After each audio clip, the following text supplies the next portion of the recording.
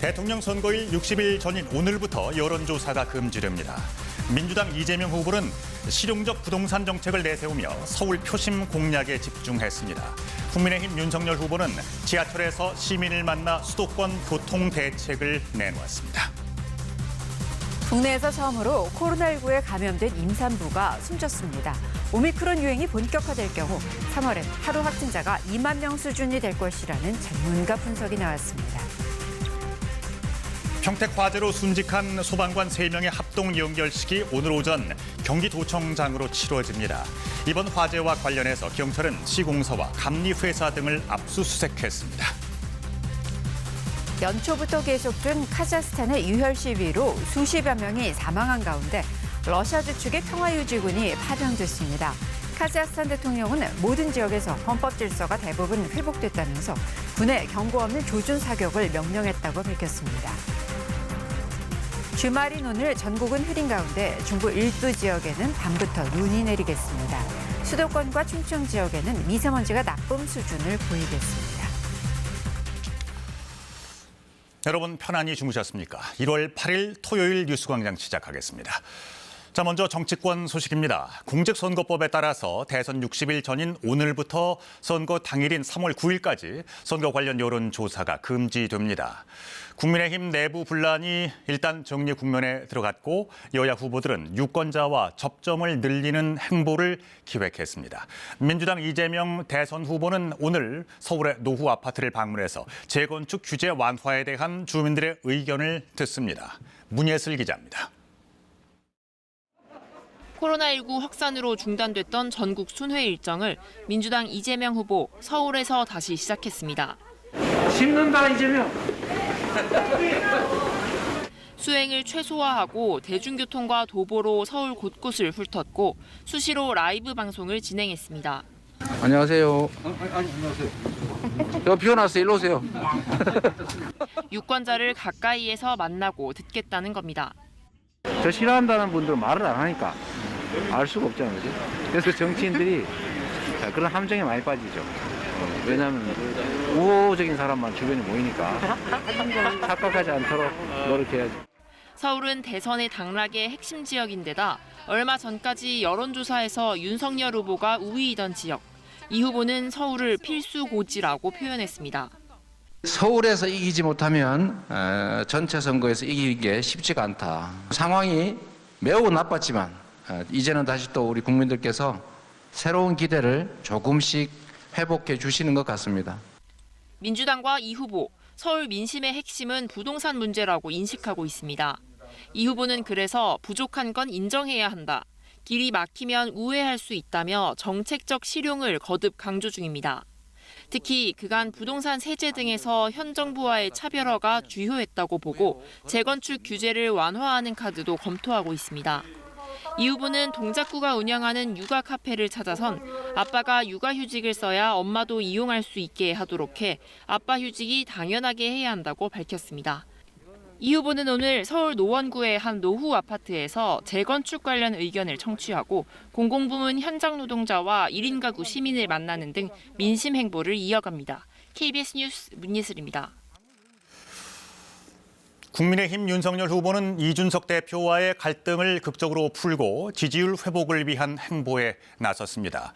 출근길 지하철을 타면서 시민들을 만나고 교통대책을 내는가 하면 민주당 이재명 후보를 향한 공세도 다시 시작했습니다.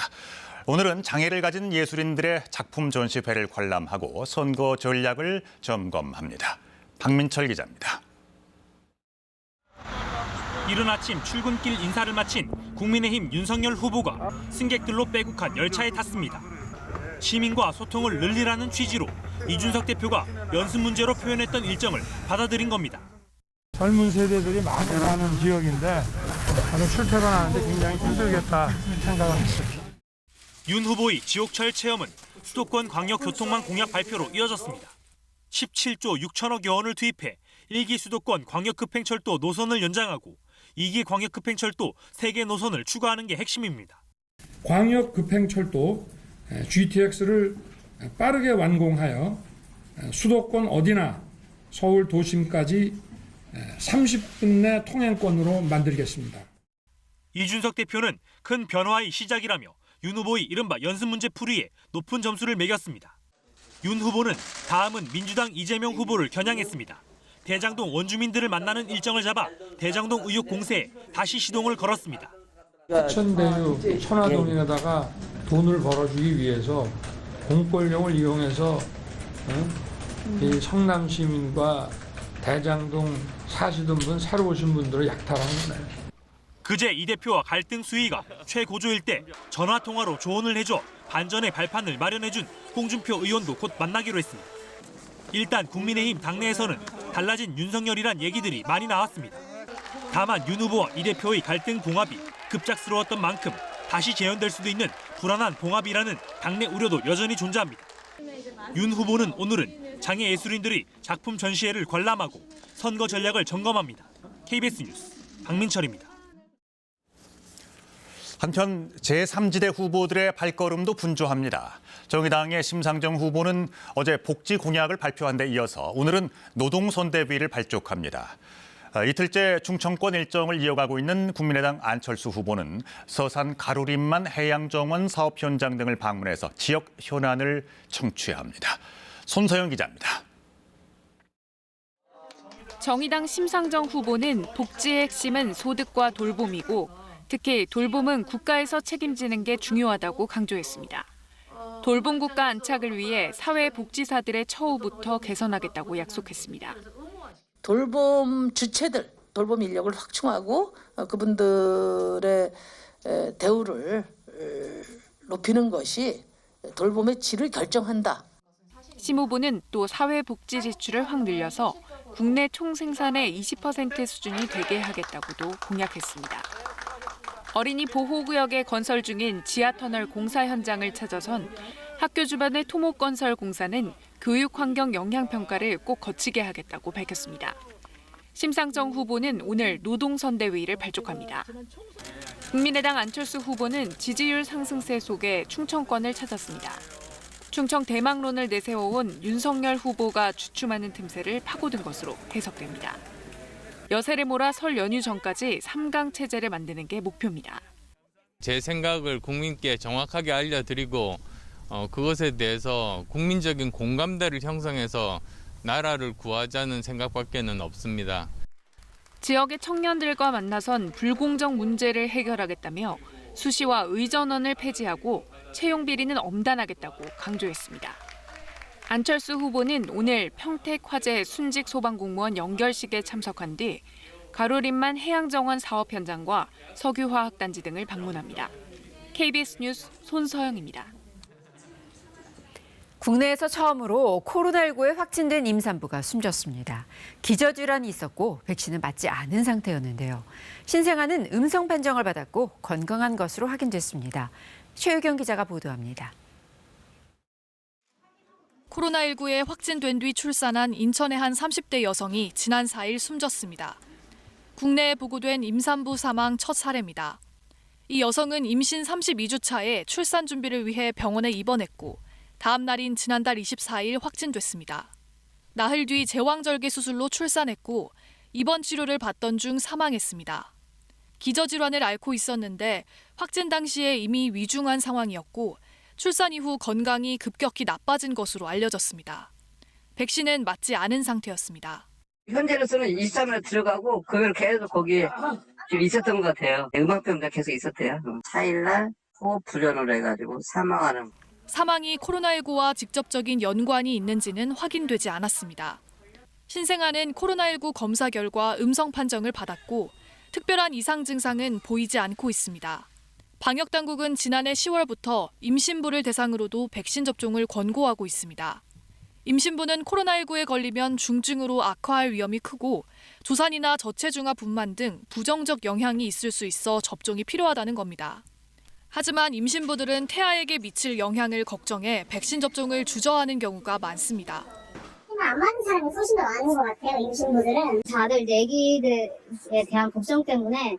전문가들은 임신부가 코로나19 고위험군에 속하는 만큼 건강 상태에 유의하며 담당 의사와 상의해 접종 여부를 결정해달라고 당부했습니다. KBS 뉴스 최유경입니다. 코로나19 신규 확진자와 위중증 환자 모두 감소세를 이어갔지만 안심할 수 없다는 지적이 나오는 이유, 바로 오미크론 변이 때문이죠. 오미크론 유행이 본격화하면 하루 확진자가 2만 명 수준이 될 것이라는 전문가 분석도 나왔습니다. 서병래 기자의 보도입니다. 지난달 셋째 주 6,800명대까지 치솟았던 하루 평균 확진자는 이번 주 3,000명대까지 가파르게 떨어졌습니다. 1,000명이 넘던 위중증 환자도 800명대로 내려왔고 중환자 병상 가동률도 전국 53%, 수도권 55%로 여유를 되찾고 있습니다. 지난달 일상 회복을 멈추고 방역 조치를 강화한 데다 3차 백신 접종 효과가 나온 데 따른 겁니다. 하지만 긴장의 끈을 놓을 상황은 아닙니다. 델타 변이보다 감염력이 2배에서 4배나 강하다는 오미크론 변이가 국내에서도 확산 중이기 때문인데요. 지난해 12월 1일 국내 첫 오미크론 변이 감염자가 확인된 이후 검출률이 점진적으로 상승하다 지난주 8.8%까지 급격히 늘면서 누적 확진자도 2,300명을 넘어섰습니다. 이르면 이달 말, 늦어도 2월이면 오미크론 변이가 국내에서도 전체 확진자의 절반 이상을 차지하는 우세종이 될 것으로 정부는 전망하고 있는데요. 전문가들도 이달 말 이후 유행 규모가 급격히 증가할 것으로 예상하고 있습니다. 현 거리두기 조치가 점진적으로 완화된다는 가정하에 향후 유행 규모는 그 완화 수준에 따라 차이가 있을 전망입니다. 가천대 의대 예방의학교실 정재훈 교수팀의 분석에 따르면 3월 초중순이 되면 적어도 일평균 2만 명, 방역 조치를 대폭 완화할 경우 하루 최다 8만 명의 확진자가 나올 것으로 예측됐습니다. 이에 따라 위중증 환자 수도 늘어나는데 3월 중순에는 경구용 치료제 투약을 감안하더라도 위중증 환자가 현재 확보 중인 중환자 병상 수를 넘어선 2,000명대에 도달할 것이라는 전망도 내놓았습니다. 오미크론의 특성상 경증과 무증상 환자도 기하급수적으로 늘어날 텐데 현재 2만 명 수준인 재택치료 환자의 경우 얼마나 더 늘지 가늠하기 힘듭니다. 여기다 진단검사 수요도 현재보다 몇 배나 늘어날 수밖에 없는데요.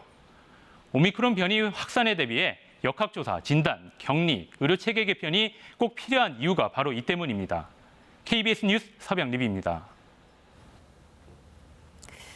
이 오미크론 변이 확산을 대비해 정부도 방역 체계를 재편합니다. 속도와 효율성을 높이는 방향으로 이른바 K-방역 시스템을 바꾸겠다는 건데요. 다음 주 미국 화이자 회사의 먹는 치료제도 들여옵니다. 석혜원 기자의 보도입니다.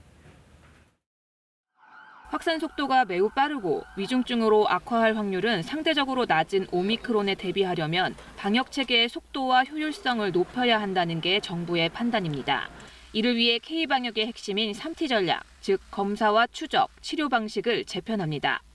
검역은 해외 동향을 매주 평가하면서 위험국 중심으로 유입을 철저히 차단하고 빈틈이나 사각지대를 찾아내서 끊임없이 보완해 나가겠습니다. 진단검사는 감염 가능성이 높은 경우부터 우선순위를 부여합니다. 현재는 증상이 없어도 PCR 검사를 받을 수 있지만 검사 수요가 폭증하면 유증상자와 밀접 접촉자들이 우선 PCR 검사를 받고 무증상자는 자가검사 키트를 활용해 검사 속도를 높이기로 했습니다. 지금 75만 정도의 PCR 검사를 할 수가 있지만 만약에 더 감염이 확산이 되고 하게 되면 이것이 그 PCR로는 안 될 경우에는 신속 항원 검사, 자가검사 키트도 그 보완적으로 하겠다는. 역학조사는 요양병원과 요양시설 등 확산 위험이 큰 곳과 고령자와 기저질환자 위주로 역량을 집중합니다. 감염 경로를 일일이 추적할 수 없는 사례가 늘어날 가능성이 커지기 때문입니다. 무증상과 경증 환자가 늘어날 것에 대한 준비도 서두릅니다. 이를 위해 다음 달까지 총 24,700여 병상을 확보하고 방역에 꼭 필요한 인력을 보호할 대책도 마련할 계획입니다. 이런 가운데 다음 주 미국 화이자사의 먹는 치료제 팍스로비드가 국내에 들어옵니다. 정부는 구체적인 투약 대상과 공급 기관 등 세부 기준을 다음 주 중 발표할 계획입니다. KBS 뉴스 석혜원입니다. 주말인 오늘 추위 걱정은 없지만 미세먼지 상황을 잘 확인해 주셔야겠습니다. 현재 충북과 세종의 초미세먼지 농도 나쁨 수준을 나타내고 있는데요. 오늘은 주로 서쪽 지역을 중심으로 공기가 탁하겠습니다. 밤부터는 국외 미세먼지가 추가로 유입되면서 휴일인 내일은 전국이 고농도 미세먼지로 뒤덮이겠습니다. 오늘 중부지방 곳곳으로는 약한 비나 눈이 지나겠습니다. 늦은 오후부터 경기와 강원 영서, 충북 북부 지역에는 1cm 안팎의 눈이 내려 쌓이겠고요. 그 밖의 지역에서도 눈이 날리는 곳이 있겠습니다. 내리는 눈의 양이 적어서 대기의 건조함은 해소되지 못하겠습니다. 현재 강원 영동과 영남, 전남 동부 지역에는 건조주의보가 발효 중인데요. 여기에 강원 산간으로는 강한 바람까지 더해지겠습니다. 대형 화재 위험이 높은 만큼 불조심해 주시기 바랍니다. 오늘 하늘빛은 점차 흐려지겠습니다. 현재 기온 살펴보면 춘천이 영하 10.5도, 서울은 영하 4.7도, 대전은 영하 6.3도 등으로 어제보다 조금 더 높습니다. 낮 동안 기온은 크게 올라서 서울이 5도, 대전 7도, 대구 8도, 부산 11도 등으로 예년 이맘때 수준을 2에서 3도가량 웃돌겠습니다. 바다의 물결은 동해 먼바다를 중심으로 최고 3.5m까지 거세게 일겠습니다. 내일은 하늘에 구름이 많이 끼겠고요. 다음 주 화요일부터 기온은 내림세를 보이면서 수요일에는 서울 아침 기온 영하 10도 선까지 뚝 떨어지겠습니다. 날씨 정보였습니다. 평택 신축 공사장에서 숨진 소방관들을 추모하는 발길이 계속 이어졌습니다. 순직 소방관들의 합동 연결식은 오늘 오전에 거행됩니다. 임명규 기자입니다. 순직 소방관들의 빈소에는 동료들의 발길이 이어졌습니다. 화재 현장에 같이 진입했다 간신히 탈출한 동료 소방관 2명도 빈소를 찾았습니다. 동료 소방관들은 슬픔을 감추지 못하며 마지막 인사를 건넸습니다.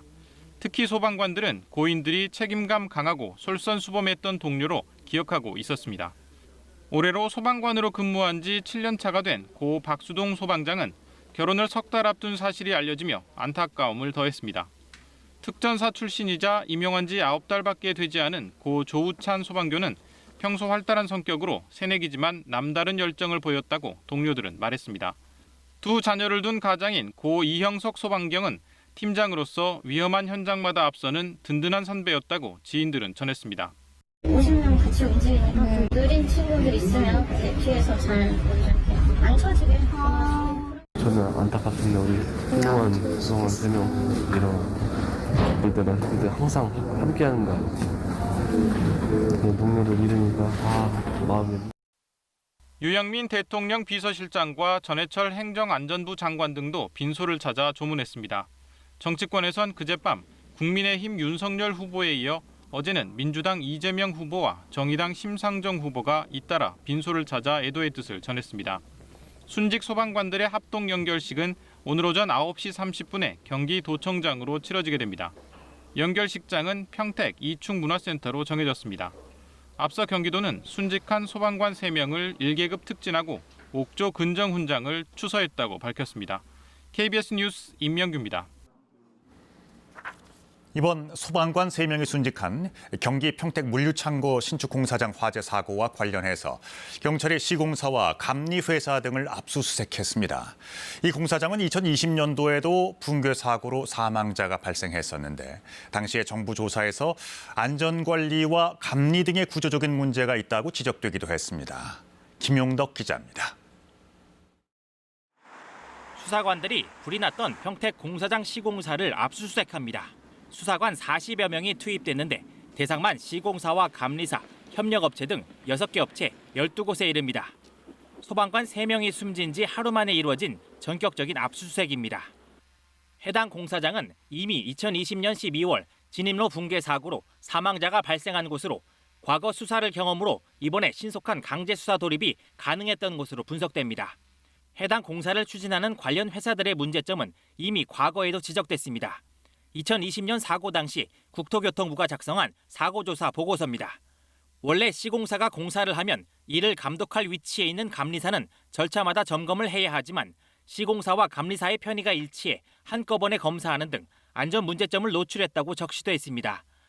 특히 발주회사의 실제 투자자와 시공사가 동일인 관계로 감리사가 건설사 통제 아래에 있는 구조적 문제점이 지적되기도 했습니다.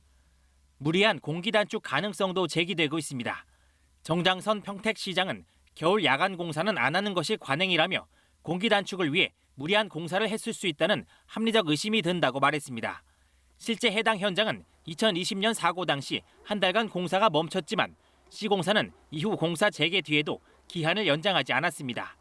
시공사 측은 각종 의혹에 대한 답변을 거부했습니다. 그때 야간 작업을 하다가 그 사고가 났잖아요. 제가 답변드렸으면 왜냐면 저는 공사 직원이니까 저희 공사 쪽과 관련되어 있는 하나가 아니고. 한편 해당 시공사는 붕괴 사고 이외에도 복수의 공사 현장 사망 사고로 2020년 중대재해 발생 사업장에 이름을 올리기도 했습니다. KBS 뉴스 김영덕입니다. 이 화재 사고의 현장 사진을 KBS가 입수했습니다. 타담한 우레탄 폼이 곳곳에서 보였고 발화 지점 곳곳에서는 콘크리트 천장 부분들이 뚫리거나 무너져 내리는 등 참혹했던 당시의 상황이 그대로 담겨 있었습니다. 허솔지 기자입니다. 소방관 3명을 앗아간 화만은 화재 발생 19시간여 만에 모두 꺼졌습니다. 불은 모두 꺼졌지만 혹시 모를 불씨를 제거하기 위해 2층 벽체를 뜯어냅니다. 물을 뿌리자 아직도 뿌연 연기가 피어오릅니다. 여전히 내부에 열기가 남아있는 겁니다. KBS가 입수한 화재 현장 내부는 더 처참합니다. 검게 그을린 여러 개의 기둥들, 콘크리트 천장 곳곳이 듬성듬성 뚫려 있고 바닥은 천장에서 떨어진 콘크리트 조각들로 가득합니다. 발화 지점으로 추정되는 1층 냉동창고 부근인데 철골 구조물이 그대로 드러나 있습니다. 사이에 있는 단열재가 가열되면서 고열에 장시간 노출된 콘크리트가 잘게 깨지는 이른바 열폭 현상이 발생한 걸로 추정됩니다. 벽체 단열재로 쓰인 우레탄 폼은 가뭄에 갈라진 바닥처럼 새카맣게 타 있습니다. 단면을 보면 겉에서부터 타담한 흔적도 보입니다. 1층 하역장 외부 벽면은 마치 충격에 의해 떨어져 나간 듯 골조가 드러난 모습입니다. 우레탄 폼 등 단열재가 타면서 발생한 유독가스가 공간 위쪽에 쌓여 있다 갑자기 폭발하는 이른바 플래시오버가 발생하면서 재점화로 이어졌을 가능성도 제기됩니다. 가연성 가스가 나오면 그것이 어느 시점 되면 연소 범위 내에 들어가도록 가연성 가스가 충분히 나와 있겠죠. 그때 폭발하듯이 타는 것을 플래시오버라고 합니다. 불이 난 신축 공사장에 대한 경찰과 소방의 합동 감식은 다음 주 초쯤 진행될 예정입니다. KBS 뉴스 허솔지입니다.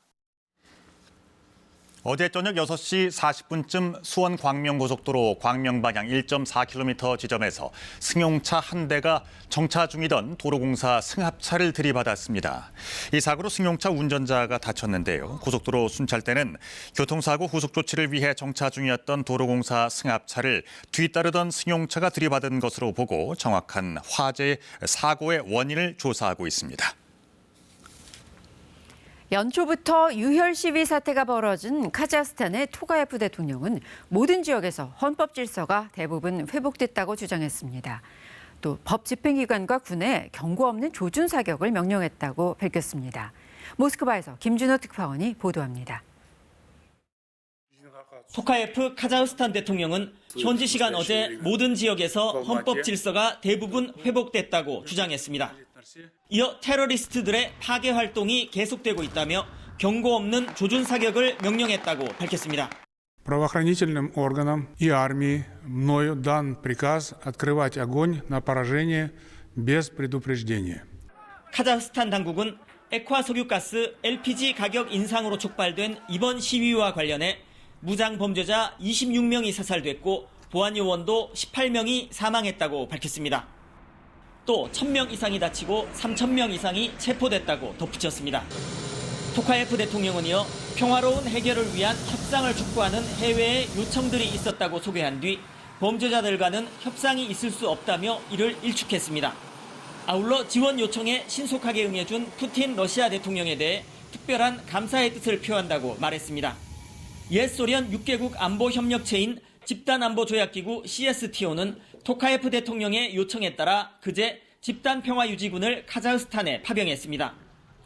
카자흐스탄 대통령 행정실은 테러리스트 소탕작전은 카자흐 군경이 담당하고 평화유지군은 주요 시설 경비 업무만 수행할 것이라고 밝혔습니다. 미국 등 서방 측은 모든 당사자들의 자제를 촉구하는 가운데 외국 군대 파병에 대해선 우려의 목소리를 냈습니다. So it's not clear why they feel the need for any outside assistance, so we're trying to learn more about it.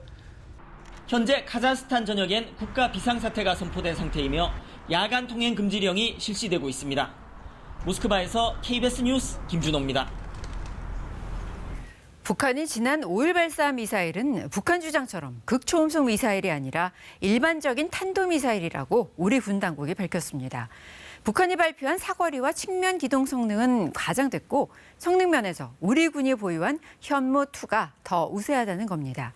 홍진아 기자가 보도합니다. 북한이 극초음속 미사일이라며 공개한 발사 모습입니다. 최대 속도는 음속의 6배인 마하 6 수준, 고도는 50km, 비행 거리는 북한이 주장한 700km에 도달하지 못한 것으로 우리 군은 평가했습니다.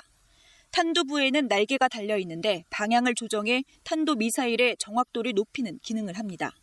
우리 군이 2017년 개발한 탄도 미사일 현무2와 유사한데 현무2의 최대 속도는 마하 9 정도입니다.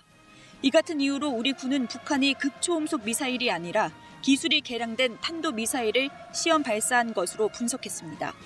또 극초음속 미사일이라면 비행 시간의 3분의 2 이상을 활공 비행해야 하고 이때 속도가 마하 5 이상이어야 합니다. 그런데 북한 미사일은 최고 속도 마하 6이 나온 이후 속도가 현격히 떨어졌다고 군은 설명했습니다. 120km를 측면 기동했다는 북한 주장에 대해서도 국방부 산하기관 관계자는 좌우 회피가 아닌 곡선 형태의 선의 기동으로 판단했습니다. 결국 미사일의 형상과 궤적 등을 볼 때 러시아와 중국이 실전 배치한 극초음속 미사일과는 다르다는 겁니다. 통상적인 탄도 곡선을 그리면서 떨어지느냐, 그리고 극초음속 미사일은 정점 고도에서 1단부가 분리되면서 활공 비행을 통해서 변칙 기동을 하느냐.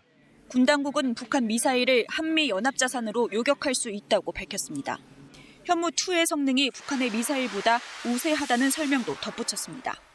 유엔 안전보장이사회는 오는 10일 북한의 미사일 발사와 관련한 비공개 회의를 열기로 했습니다. KBS 뉴스 홍진아입니다.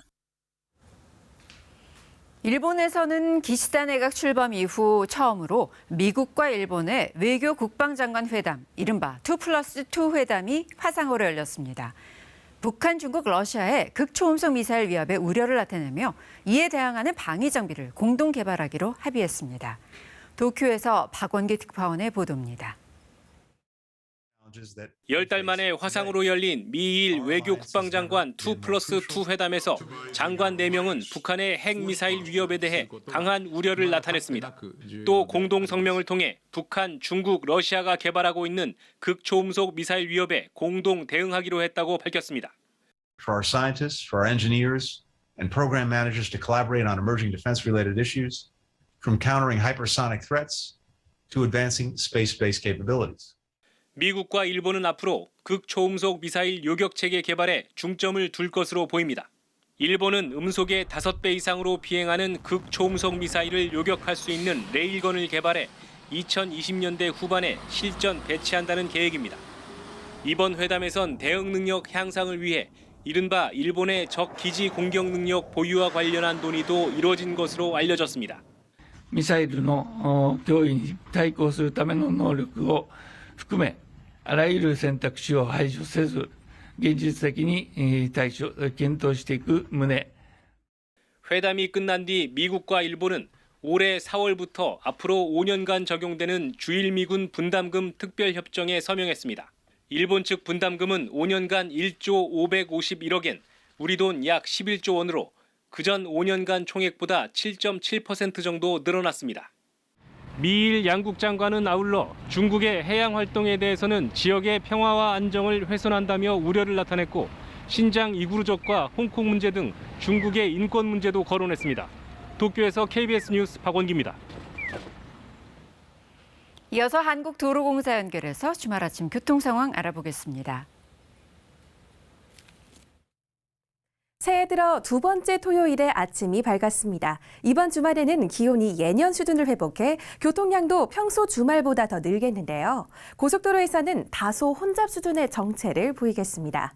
오늘은 오전 11시와 오후 1시 사이 특히 많이 붐빌 것으로 보입니다. 그중 정오 무렵에는 정체가 최고치에 달할 것으로 보이니까 출발 전에 잘 참고하시면 좋겠습니다. 한편 오늘 새벽 5시 10분경에 영동고속도로 강릉 방면으로 신갈 분기점 부근에서는 돌발 사고가 발생했습니다. 지금도 본선 1, 2, 3차로 모두 막고 사고 처리하느라 뒤쪽으로 신갈 부근 짧지만 속도가 많이 떨어져 있고요. 서해안고속도로 목포 쪽으로도 앞서 일찍 분기점 부근에 승용차 사고가 나 본선 1, 2차로에서 사고 처리합니다. 전방 주시 잘하면서 지나셔야겠습니다. 그리고 조금 전에는 수도권 제일순환선에서도 사고가 났습니다. 일산에서 판교 방면 장수 부근 진출로 1차로는 잘 피하시기 바랍니다. 고속도로 교통방송이었습니다. 오늘 추위가 주춤하는 사이 다시 공기가 탁해지겠습니다. 이번 주말 동안은 호흡기 관리에 신경을 잘 써주셔야겠는데요. 오늘은 주로 서쪽 지역을 중심으로 초미세먼지 농도 나쁨에서 매우 나쁨 수준까지 치솟겠습니다.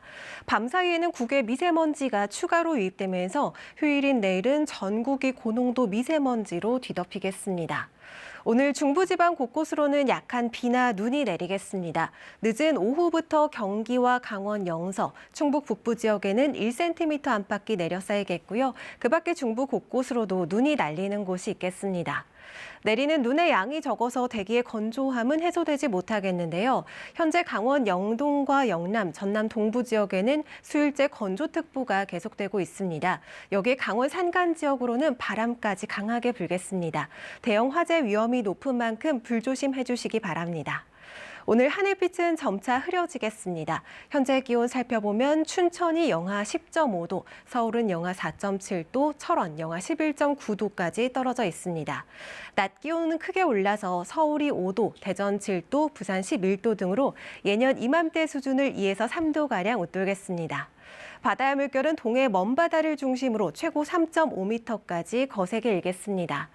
내일은 하늘에 구름이 많이 끼겠고요. 다음 주부터는 북쪽에서 찬 공기가 밀려오면서 화요일에는 서울 아침 기온 영하 9도, 수요일에는 영하 10도 선까지 뚝 떨어지겠습니다. 날씨 정보였습니다. 정치권 소식 계속 이어지겠습니다. 공직선거법에 따라서 대선 60일 전인 오늘부터 선거 당일인 3월 9일까지 선거 관련 여론조사가 금지됩니다. 국민의힘 내부 분란이 정리 국면에 들어갔고 여야 후보들은 유권자와 접점을 늘리는 행보를 기획했는데요.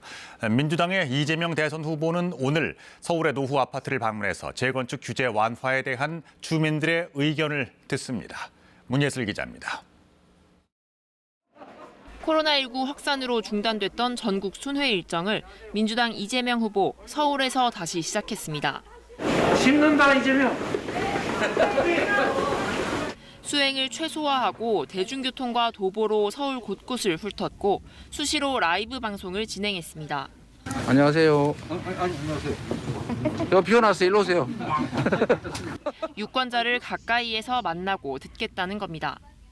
저 싫어한다는 분들은 말을 안 하니까 알 수가 없잖아요. 그죠? 그래서 정치인들이 그런 함정에 많이 빠지죠. 왜냐하면 우호적인 사람만 주변에 모이니까 착각하지 않도록 노력해야죠. 서울은 대선의 당락의 핵심 지역인데다 얼마 전까지 여론조사에서 윤석열 후보가 우위이던 지역. 이 후보는 서울을 필수 고지라고 표현했습니다.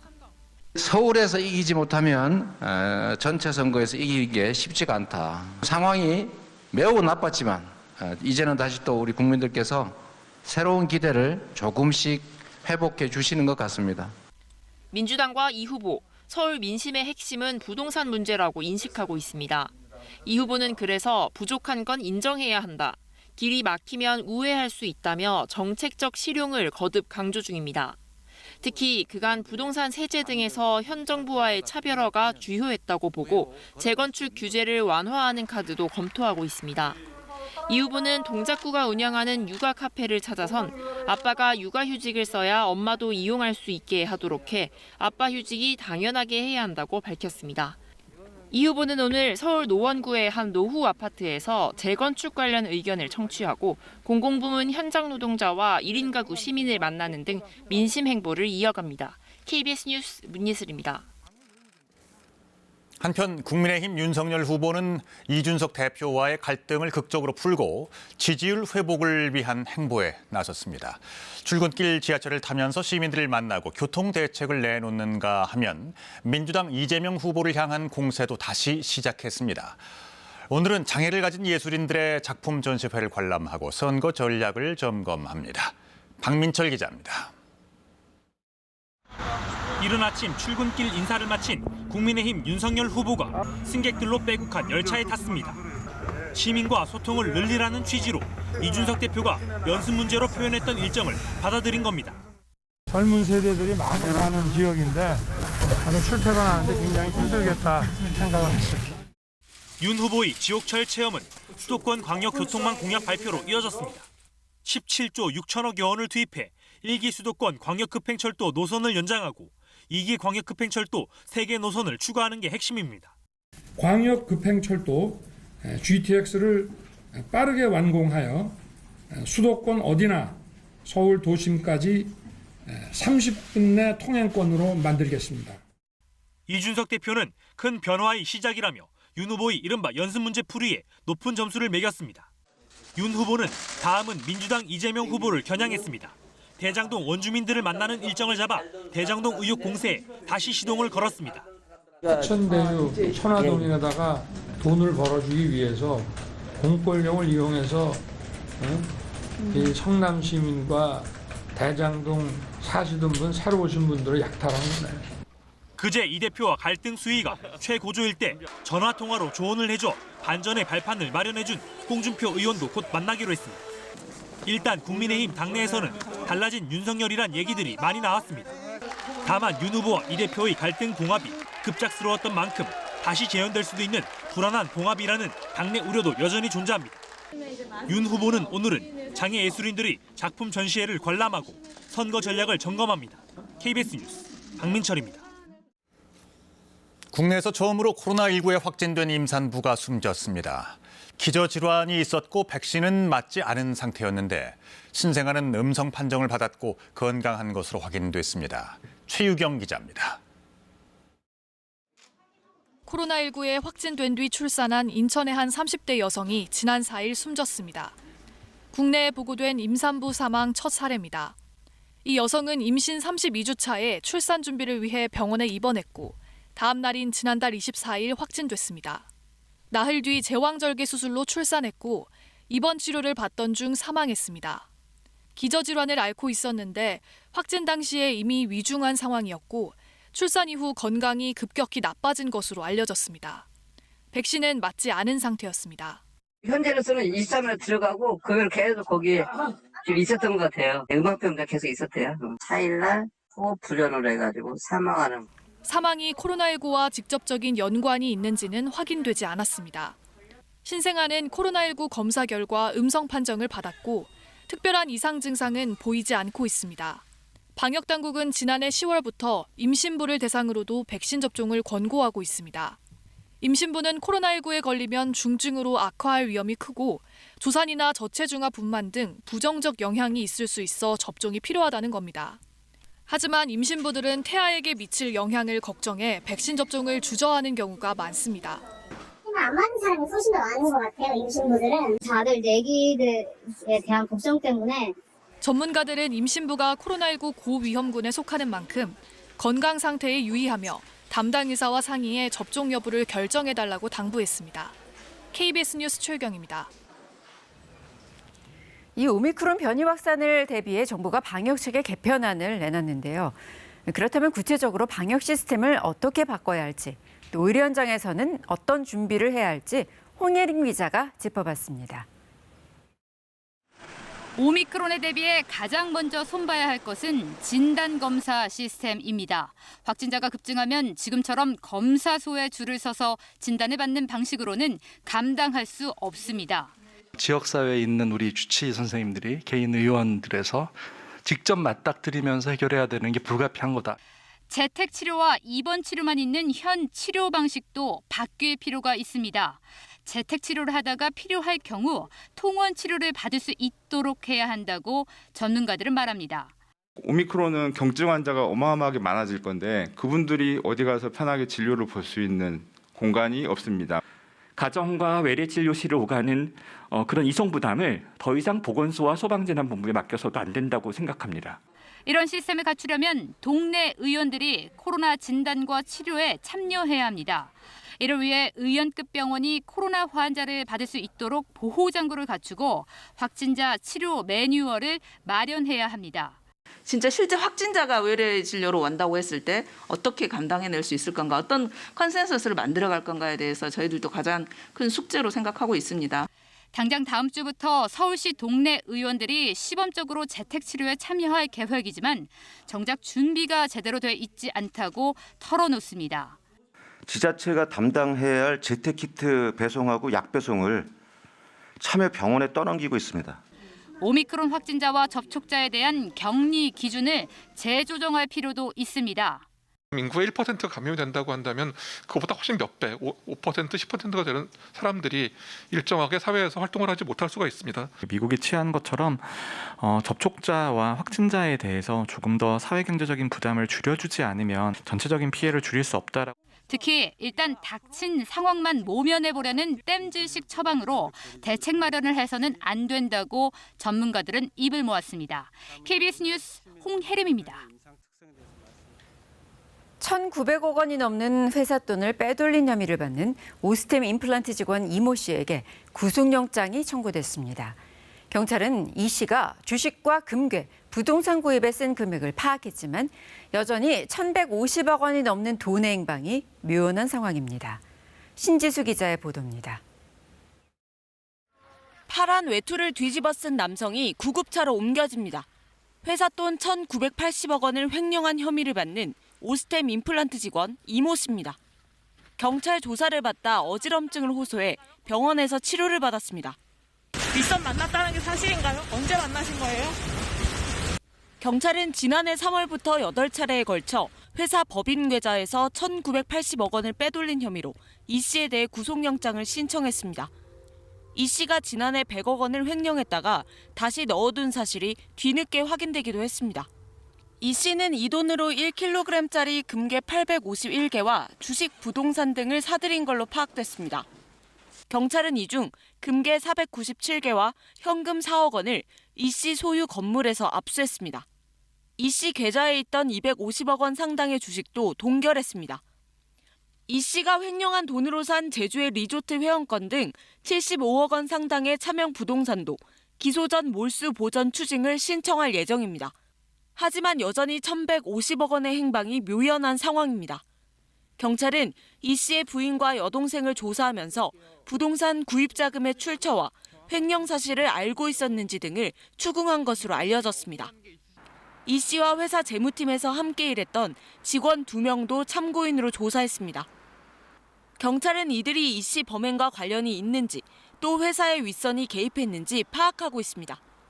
오스템 임플란트 측은 사내 윗선의 개입은 없었다며 회장이 관련 지시를 했다는 의혹도 전혀 사실이 아니라고 주장했습니다. 이 씨는 오늘 오후 법원에 출석해 구속영장 심사를 받습니다. 구속 여부는 저녁쯤 결정될 것으로 보입니다. KBS 뉴스 신지수입니다.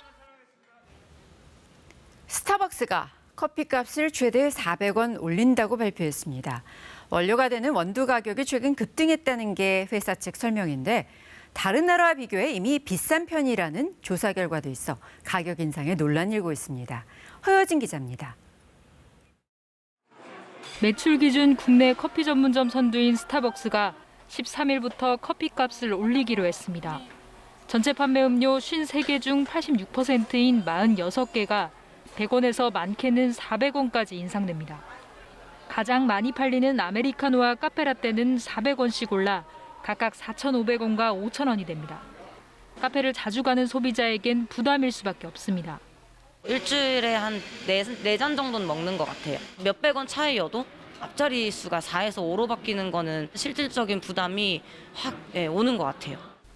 가장 큰 인상 요인은 원두값 상승. 국제 아라비카 원두 가격이 최근 1년 새 2배 정도 올랐다는 게 회사 측 설명입니다. 최근 급등한 원두 가격 등 지속 상승 중인 각종 원부 재료와 코로나19로 인한 국제 물류비 상승 등으로 다양한 비용의 가격 압박 요인이 좀 지속적으로 누적됨에 따라 하지만 세계 주요 10개국 가운데 우리나라 스타벅스 가격이 결코 싼 편이 아니라는 점. 특히 커피값에서 원두가 차지하는 비중을 볼 때 인상 명분이 타당하냐는 지적이 나옵니다. 거기에서 차지하는 원재료의 비율이 그렇게 큰 것도 아닌데 사업자의 영업이 줄거나 영업을 하는 데 있어서 크게 타격을 미친다고는 볼 수 없다고 보여지거든요. 반면 이번 인상이 2014년 이후 7년여 만에 단행됐고 여기에 다른 매장들의 커피 가격도 이미 만만치 않다는 의견도 있습니다. 동서식품도 14일부터 즉석 커피 가격을 평균 7.3% 올리기로 하는 등 연초부터 먹을거리 제품 가격 인상 행렬이 이어지고 있습니다. KBS 뉴스 허유진입니다. 배달 기사와 대리 기사를 보통 특수 고용 노동자라고 하죠. 올해부터는 이들 모두 고용보험에 반드시 가입을 해야 하는데요. 고용보험 가입으로 노동자들의 권익은 챙겼는데 현장에서는 여전히 불만의 목소리가 나오고 있습니다. 어찌된 일인지 김아른의 기자가 취재했습니다. 부산과 울산, 경남 대리운전 기사들이 가입한 한 인터넷 카페. 업체가 고용보험을 이유로 지나치게 수수료를 올렸다는 불만의 글들이 올라와 있습니다. 5천 원을 넘지 않던 수수료가 최대 10,000원까지 크게 올랐기 때문입니다. 고용보험 가입으로 실업급여와 출산 전후급여를 받을 수 있게 됐지만 기사들의 부담은 커졌습니다. 5만 원짜리 콜을 받아가지고 운행을 하게 되면 10,000원의 수수료를 떼내가는 거거든요. 100% 넘어 인상됐다고도 볼 수 있는 그런 부분이 있어요. 배달기사도 사정은 비슷합니다. 업체들이 고용보험을 이유로 배달료를 많게는 1,000원을 더 올리려 하자 반발하고 있습니다. 이런 현상은 인천 등 수도권에서 비수도권까지 확산하고 있습니다. 과하게 또 올려서 기사들한테 또 더 청구를 한다든지 음식점에 또 그 오른 비용이 또 전가가 되고 그렇게 되면 결과적으로는 또 소비자가 내는 배달료가 또 상승되는 그런 현상이 발생할 수가 있거든요. 전문가들은 업체가 일방적으로 수수료를 인상하는 것은 불공정 행위로 볼 수 있다며 단속돼야 한다고 지적합니다. 일방적으로 추진하는 거니까 그 불공정 행위로 이제 공정거래법의 어떤 위반 소지도 분명히 있는데 그 업체의 선의에만 기대한다는 것은 좀 연목구호가 아닌가. 수수료 인상에 반대하는 대리기사의 집회까지 예고되면서 노동자와 업체 사이 갈등 양상까지 보이고 있습니다. KBS 뉴스 김아른입니다. 술 취한 직원의 몸속으로 플라스틱 봉을 찔러 넣어서 살해한 유소년 스포츠센터 대표가 검찰에 넘겨졌습니다. 술을 마시다가 피해자에게 불만을 품고 이런 엽기적인 살인을 저지른 것으로 추정되는데요. 범행 전후의 과정도 추가로 드러났습니다. 민정희 기자입니다. 직원 살해 혐의를 받고 있는 유소년 스포츠센터 대표 한모 씨가 얼굴을 가린 채 경찰서를 나섭니다. 범행 이유 등에 대해선 대답하지 않았고 죄송하다고만 했습니다. 범행을 저지르신 이유가 뭡니까? 왜 허위 신고하셨습니까? 피해자와 유족에게 한 말씀 해주시죠. 정말 죄송합니다. 한 씨는 지난달 31일 술 취한 20대 직원의 몸속으로 70cm 길이의 플라스틱 봉을 찔러 넣어 살해한 혐의를 받습니다. 피해자는 간과 심장 등 주요 장기가 파열돼 숨졌습니다. 경찰 조사 결과 한 씨는 새벽 2시쯤 경찰에 처음 신고하기 전부터 피해자 몸을 누르거나 막대로 폭행했습니다. 신고 이후 경찰이 도착하기 전까지는 피해자 몸속으로 플라스틱 봉을 찔러 넣었고 경찰이 오기 전 뽑아 눈에 띄지 않는 곳으로 던진 것으로 파악됐습니다. 경찰 출동 때 피해자는 하의가 벗겨진 채 누워 있었는데 경찰은 술에 취해 자고 있다는 한 씨 말을 듣고 돌아갔습니다. 제대로 맥박이 확인이 됐을지도 사실 그냥 여기 이렇게 올려놨다가 손만 댔다가 이제 덮어주고 가는데 그 시간이 길지가 않았거든요. 혹시 몸을 이렇게 한번 뒤집어 보던가요? 아니요, 없었어요. 경찰은 한 씨가 마약을 투약했는지 검사했지만 음성이 나왔습니다. 또 휴대전화 분석 결과 사전에 범행을 계획했거나 성적 도착증이 있진 않다고 판단했습니다. 경찰은 한 씨가 술을 마시다 피해자의 행동에 불만을 느껴 범행한 것으로 추정했습니다. 경찰은 범행 당일 현장에 출동한 경찰관들의 대응이 적절했는지는 조사하고 있다고 밝혔습니다. KBS 뉴스 민정입니다. 지난 5일 충남 천안의 한 특수학교에서 불이 나 학교 안에 있던 지적장애 학생 20여 명이 위험에 처했었는데요. 신고를 한 학교 직원이 119 상황실 소방관과 영상통화를 하며 알려주는 대로 침착하게 소화기로 초기 진화를 하고 학생들을 신속히 대피시켜서 인명피해를 막을 수 있었습니다. 박연선 기자입니다. 천안의 한 특수학교입니다. 세탁물을 말리는 대형 건조기에서 희뿌연 연기가 뿜어져 나옵니다. 불이 난 것을 한 학교 직원은 곧바로 119에 신고했습니다. 신고를 받은 119 상황실 소방관. 신고자의 목소리에서 다급함이 느껴지자 재빨리 일반 통화를 영상 통화로 전환했고 신고자와 얼굴을 마주보며 우선 안정을 시킨 뒤 침착하게 대응 요령을 알려줍니다. 차단기도 내렸어요. 네, 지금 저기 하늘에 있는 차단기 창문이 다 내렸어요. 예, 소화기 진압 시도해 주시고 창문 다 여시고요. 이어 소화기 사용법을 전달하며 초기 진화를 시도하게 하고 학생들을 빨리 대피시키도록 주문합니다. 선생님 지금 일단 이 연기 나는 부분부터 소화기 쏘시고요. 하세요. 먼저 지금 선생님 나머지 두 분은 진압 시도하시더라도 나머지는 학생들 안전하게 외부로 대피시켜 주세요. 학교 직원들이 불을 끄는 사이 학생들은 선생님과 함께 대피로를 따라 무사히 몸을 피했습니다. 발빠른 조치로 불은 초기에 잡혔고 덕분에 앞교실에 있던 20여 명의 지적장애 학생들도 무사했습니다.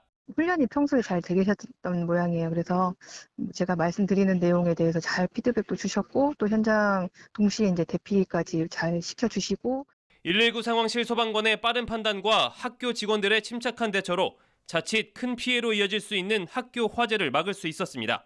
KBS 뉴스 박연선입니다. 경찰이 무고한 시민을 용의자로 착각해 물리력을 사용해 체포했던 사실이 뒤늦게 알려졌습니다.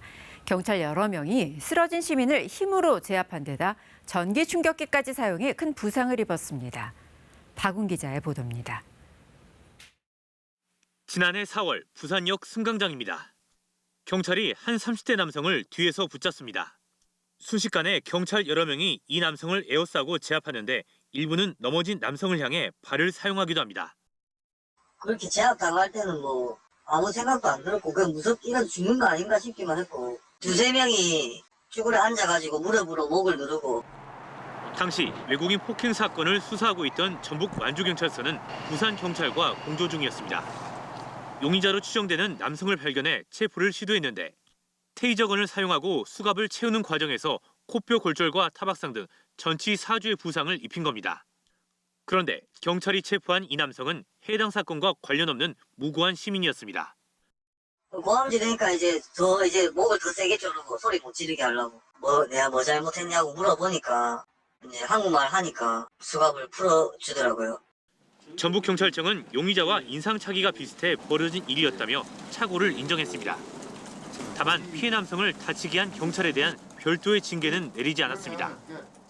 그분이 바로 신분을 제시하지 않고 뒷걸음치서 이렇게 그런 과정에서 넘어졌고 또 넘어진 상태에서도 그냥 발버둥을 치는 과정이라서 저희들은 용의자로 판단하고.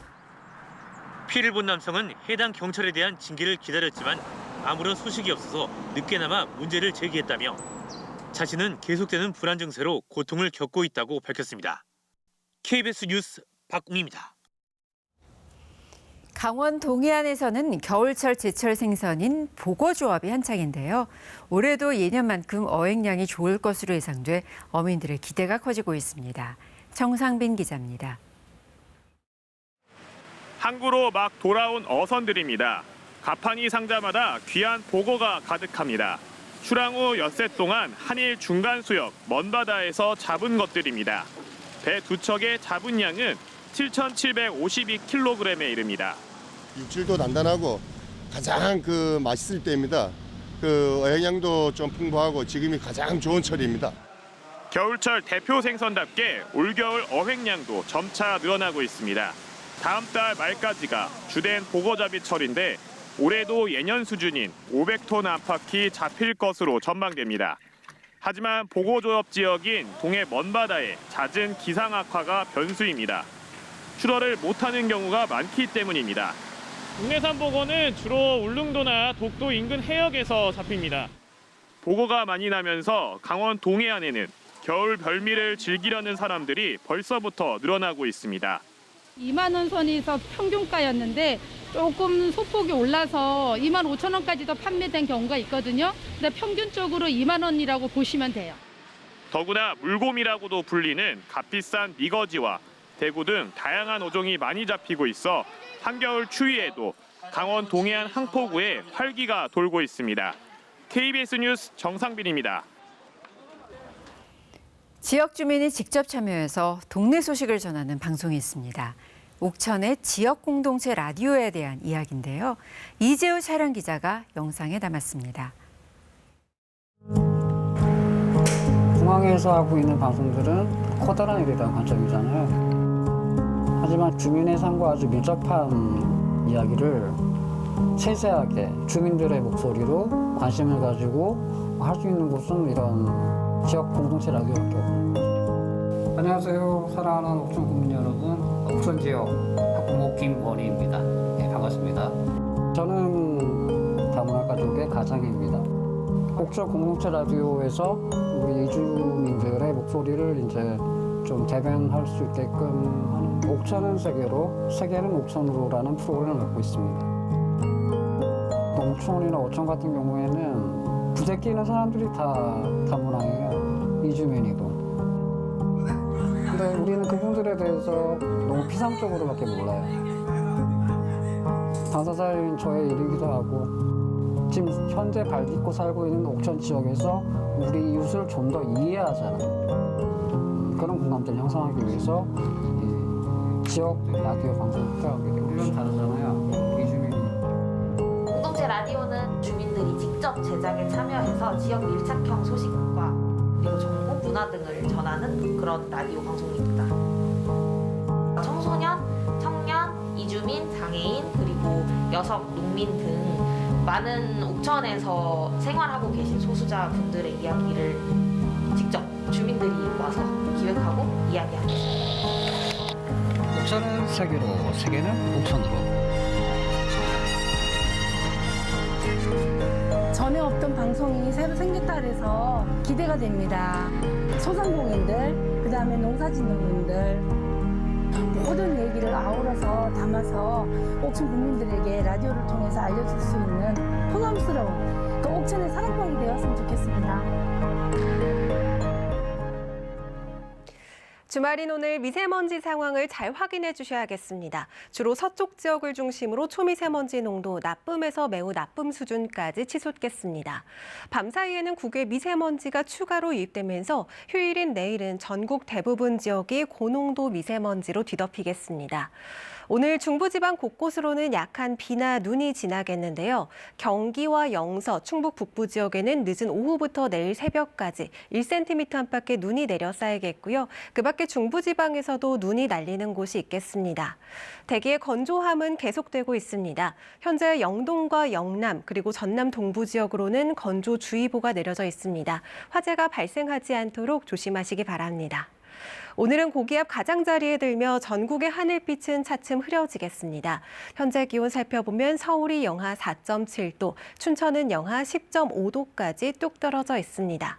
낮 기온은 어제보다 조금 더 높겠습니다. 서울이 5도, 대전 7도, 대구 8도, 부산은 11도 선까지 오르며 남부지방에서는 10도 안팎의 기온을 보이겠습니다. 바다의 물결은 동해상에서 3.5m로 최고 높게 일겠습니다. 다음 주에는 다시 영하 10도 안팎의 강추위가 찾아오겠습니다. 날씨 정보였습니다. 대통령 선거일 60일 전인 오늘부터 여론조사가 금지됩니다. 민주당 이재명 후보는 실용적 부동산 정책을 내세우며 서울 표심 공략에 집중했습니다. 국민의힘 윤석열 후보는 지하철에서 시민들을 만나 수도권 교통 대책을 내놨습니다. 국내에서 처음으로 코로나19에 감염된 임산부가 숨졌습니다. 오미크론 유행이 본격화할 경우 3월엔 하루 확진자가 2만 명 수준이 될 것이라는 전문가 분석이 나왔습니다. 평택 화재로 순직한 소방관 3명의 합동 연결식이 오늘 오전 경기도청장으로 치러집니다. 이번 화재와 관련해서 경찰은 시공사와 감리회사 등을 압수수색했습니다. 연초부터 계속된 카자흐스탄의 유혈 시비로 수십여 명이 사망한 가운데 러시아주 측의 평화유지군이 파병됐습니다. 카자흐스탄 대통령은 모든 지역에서 헌법 질서가 대부분 회복됐다면서 군에 경고 없는 조준 사격을 명령했다고 밝혔습니다. 정치권 소식입니다. 공직선거법에 따라서 대선 60일 전인 오늘부터 선거 당일인 3월 9일까지 선거 관련 여론조사가 금지됩니다. 국민의힘 내부 분란이 정리 국면에 들어갔고 여야 후보들은 유권자와 접점을 늘리는 행보를 기획했습니다. 민주당 이재명 대선 후보는 오늘 서울의 노후 아파트를 방문해서 재건축 규제 완화에 대한 주민들의 의견을 듣습니다. 문예슬 기자입니다. 코로나19 확산으로 중단됐던 전국 순회 일정을 민주당 이재명 후보 서울에서 다시 시작했습니다. 신는다 이재명. 수행을 최소화하고 대중교통과 도보로 서울 곳곳을 훑었고 수시로 라이브 방송을 진행했습니다. 안녕하세요. 안녕하세요. 저 비워놨어요. 일로 오세요. 유권자를 가까이에서 만나고 듣겠다는 겁니다. 저 싫어한다는 분들은 말을 안 하니까 알 수가 없잖아요. 그죠? 그래서 정치인들이 그런 함정에 많이 빠지죠. 왜냐하면 우호적인 사람만 주변에 모이니까 착각하지 않도록 노력해야죠. 서울은 대선의 당락의 핵심 지역인데다 얼마 전까지 여론조사에서 윤석열 후보가 우위이던 지역. 이 후보는 서울을 필수 고지라고 표현했습니다. 서울에서 이기지 못하면 전체 선거에서 이기기 쉽지가 않다. 상황이 매우 나빴지만 이제는 다시 또 우리 국민들께서 새로운 기대를 조금씩 회복해 주시는 것 같습니다. 민주당과 이 후보, 서울 민심의 핵심은 부동산 문제라고 인식하고 있습니다. 이 후보는 그래서 부족한 건 인정해야 한다. 길이 막히면 우회할 수 있다며 정책적 실용을 거듭 강조 중입니다. 특히 그간 부동산 세제 등에서 현 정부와의 차별화가 주요했다고 보고 재건축 규제를 완화하는 카드도 검토하고 있습니다. 이 후보는 동작구가 운영하는 육아 카페를 찾아선 아빠가 육아휴직을 써야 엄마도 이용할 수 있게 하도록 해 아빠 휴직이 당연하게 해야 한다고 밝혔습니다. 이 후보는 오늘 서울 노원구의 한 노후 아파트에서 재건축 관련 의견을 청취하고 공공부문 현장 노동자와 1인 가구 시민을 만나는 등 민심 행보를 이어갑니다. KBS 뉴스 문예슬입니다. 한편 국민의힘 윤석열 후보는 이준석 대표와의 갈등을 극적으로 풀고 지지율 회복을 위한 행보에 들어갔습니다. 출근길 지하철을 타면서 시민들을 만나고 교통 대책을 내놓는가 하면 민주당 이재명 후보를 향한 공세도 다시 시작했습니다. 오늘은 장애를 가진 예술인들의 작품 전시회를 관람하고 선거 전략을 점검합니다. 박민철 기자입니다. 이른 아침 출근길 인사를 마친 국민의힘 윤석열 후보가 승객들로 빼곡한 열차에 탔습니다. 시민과 소통을 늘리라는 취지로 이준석 대표가 연습 문제로 표현했던 일정을 받아들인 겁니다. 젊은 세대들이 많이 사는 지역인데 저는 출퇴근하는데 굉장히 힘들겠다 생각을 했습니다. 윤 후보의 지옥철 체험은 수도권 광역교통망 공약 발표로 이어졌습니다. 17조 6천억여 원을 투입해 1기 수도권 광역급행철도 노선을 연장하고 2기 광역급행철도 3개 노선을 추가하는 게 핵심입니다. 광역급행철도 GTX를 빠르게 완공하여 수도권 어디나 서울 도심까지 30분 내 통행권으로 만들겠습니다. 이준석 대표는 큰 변화의 시작이라며 윤 후보의 이른바 연습 문제 풀이에 높은 점수를 매겼습니다. 윤 후보는 다음은 민주당 이재명 후보를 겨냥했습니다. 대장동 원주민들을 만나는 일정을 잡아 대장동 의혹 공세에 다시 시동을 걸었습니다. 천대유 천화동에다가 돈을 벌어주기 위해서 공권력을 이용해서 이 성남 시민과 대장동 사시던 분, 새로 오신 분들을 약탈한 거예요. 그제 이 대표와 갈등 수위가 최고조일 때 전화통화로 조언을 해줘 반전의 발판을 마련해준 홍준표 의원도 곧 만나기로 했습니다. 일단 국민의힘 당내에서는 달라진 윤석열이란 얘기들이 많이 나왔습니다. 다만 윤 후보와 이 대표의 갈등 봉합이 급작스러웠던 만큼 다시 재현될 수도 있는 불안한 봉합이라는 당내 우려도 여전히 존재합니다. 윤 후보는 오늘은 장애 예술인들이 작품 전시회를 관람하고 선거 전략을 점검합니다. KBS 뉴스 박민철입니다. 제3지대 후보들의 발걸음도 역시 분주합니다. 정의당 심상정 후보는 어제 복지 공약을 발표한 데 이어서 오늘은 노동선대위를 발족합니다. 이틀째 충청권 일정을 이어가는 국민의당 안철수 후보는 서산 가로림만 해양정원 사업 현장 등을 방문해서 지역 현안을 청취합니다. 손서영 기자입니다. 정의당 심상정 후보는 복지의 핵심은 소득과 돌봄이고 특히 돌봄은 국가에서 책임지는 게 중요하다고 강조했습니다. 돌봄 국가 안착을 위해 사회복지사들의 처우부터 개선하겠다고 약속했습니다. 돌봄 주체들, 돌봄 인력을 확충하고 그분들의 대우를 높이는 것이 돌봄의 질을 결정한다. 심 후보는 또 사회복지 지출을 확 늘려서 국내 총생산의 20% 수준이 되게 하겠다고도 공약했습니다. 어린이 보호구역에 건설 중인 지하터널 공사 현장을 찾아선 학교 주변의 토목건설 공사는 교육환경 영향평가를 꼭 거치게 하겠다고 밝혔습니다. 심상정 후보는 오늘 노동선대위를 발족합니다. 국민의당 안철수 후보는 지지율 상승세 속에 충청권을 찾았습니다. 충청 대망론을 내세워온 윤석열 후보가 주춤하는 틈새를 파고든 것으로 해석됩니다. 여세를 몰아 설 연휴 전까지 3강 체제를 만드는 게 목표입니다.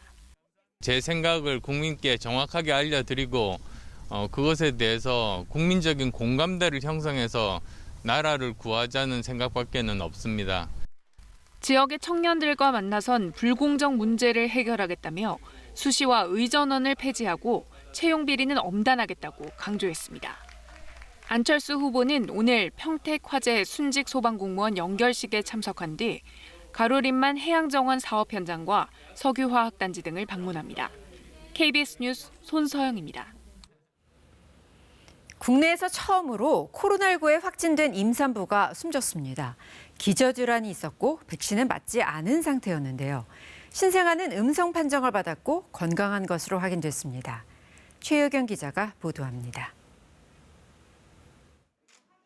코로나19에 확진된 뒤 출산한 인천의 한 30대 여성이 지난 4일 숨졌습니다. 국내에 보고된 임산부 사망 첫 사례입니다.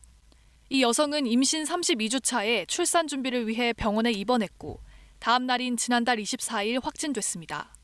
나흘 뒤 제왕절개 수술로 출산했고 입원 치료를 받던 중 사망했습니다.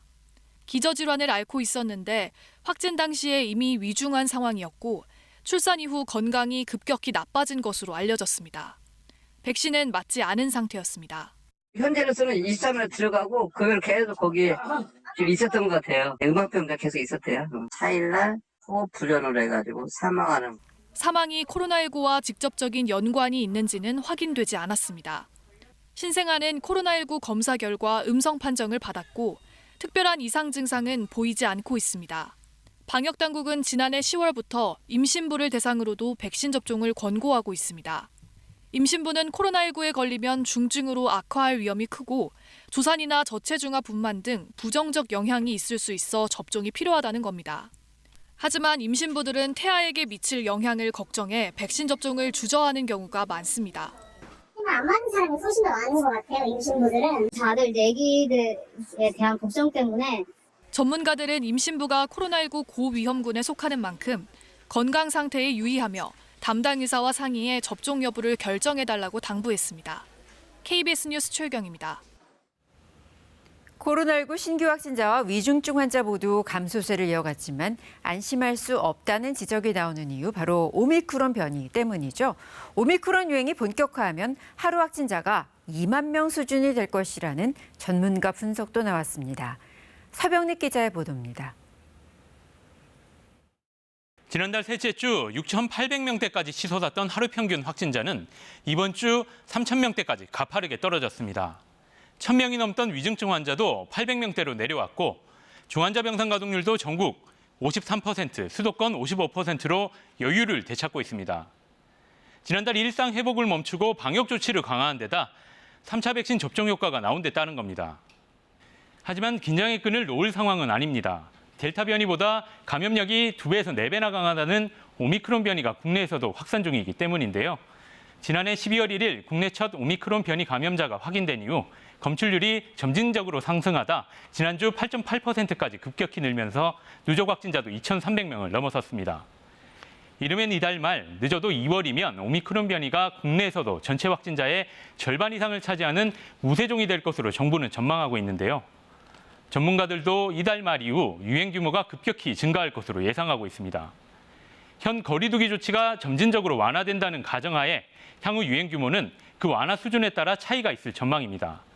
가천대 의대 예방의학교실 정재훈 교수팀의 분석에 따르면 3월 초중순이 되면 적어도 일평균 2만 명, 방역 조치를 대폭 완화할 경우 하루 최다 8만 명의 확진자가 나올 것으로 예측됐습니다. 이에 따라 위중증 환자 수도 늘어나는데 3월 중순에는 경구용 치료제 투약을 감안하더라도 위중증 환자가 현재 확보 중인 중환자 병상 수를 넘어선 2,000명대에 도달할 것이라는 전망도 내놓았습니다. 오미크론의 특성상 경증과 무증상 환자도 기하급수적으로 늘어날 텐데 현재 2만 명 수준인 재택치료 환자의 경우 얼마나 더 늘지 가늠하기 힘듭니다. 여기다 진단검사 수요도 현재보다 몇 배나 늘어날 수밖에 없는데요. 오미크론 변이 확산에 대비해 역학조사, 진단, 격리, 의료체계 개편이 꼭 필요한 이유가 바로 이 때문입니다. KBS 뉴스 서병립입니다. 오미크론 변이 확산을 대비해 정부도 방역 체계를 재편합니다. 속도와 효율성을 높이는 방향으로 이른바 K방역 시스템을 바꾸겠다는 건데요. 다음 주 미국 화이자사의 먹는 치료제도 들여옵니다. 석혜원 기자가 보도합니다. 확산 속도가 매우 빠르고 위중증으로 악화할 확률은 상대적으로 낮은 오미크론에 대비하려면 방역 체계의 속도와 효율성을 높여야 한다는 게 정부의 판단입니다.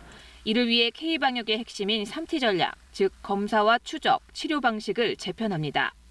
검역은 해외 동향을 매주 평가하면서 위험국 중심으로 유입을 철저히 차단하고 빈틈이나 사각지대를 찾아내서 끊임없이 보완해 나가겠습니다.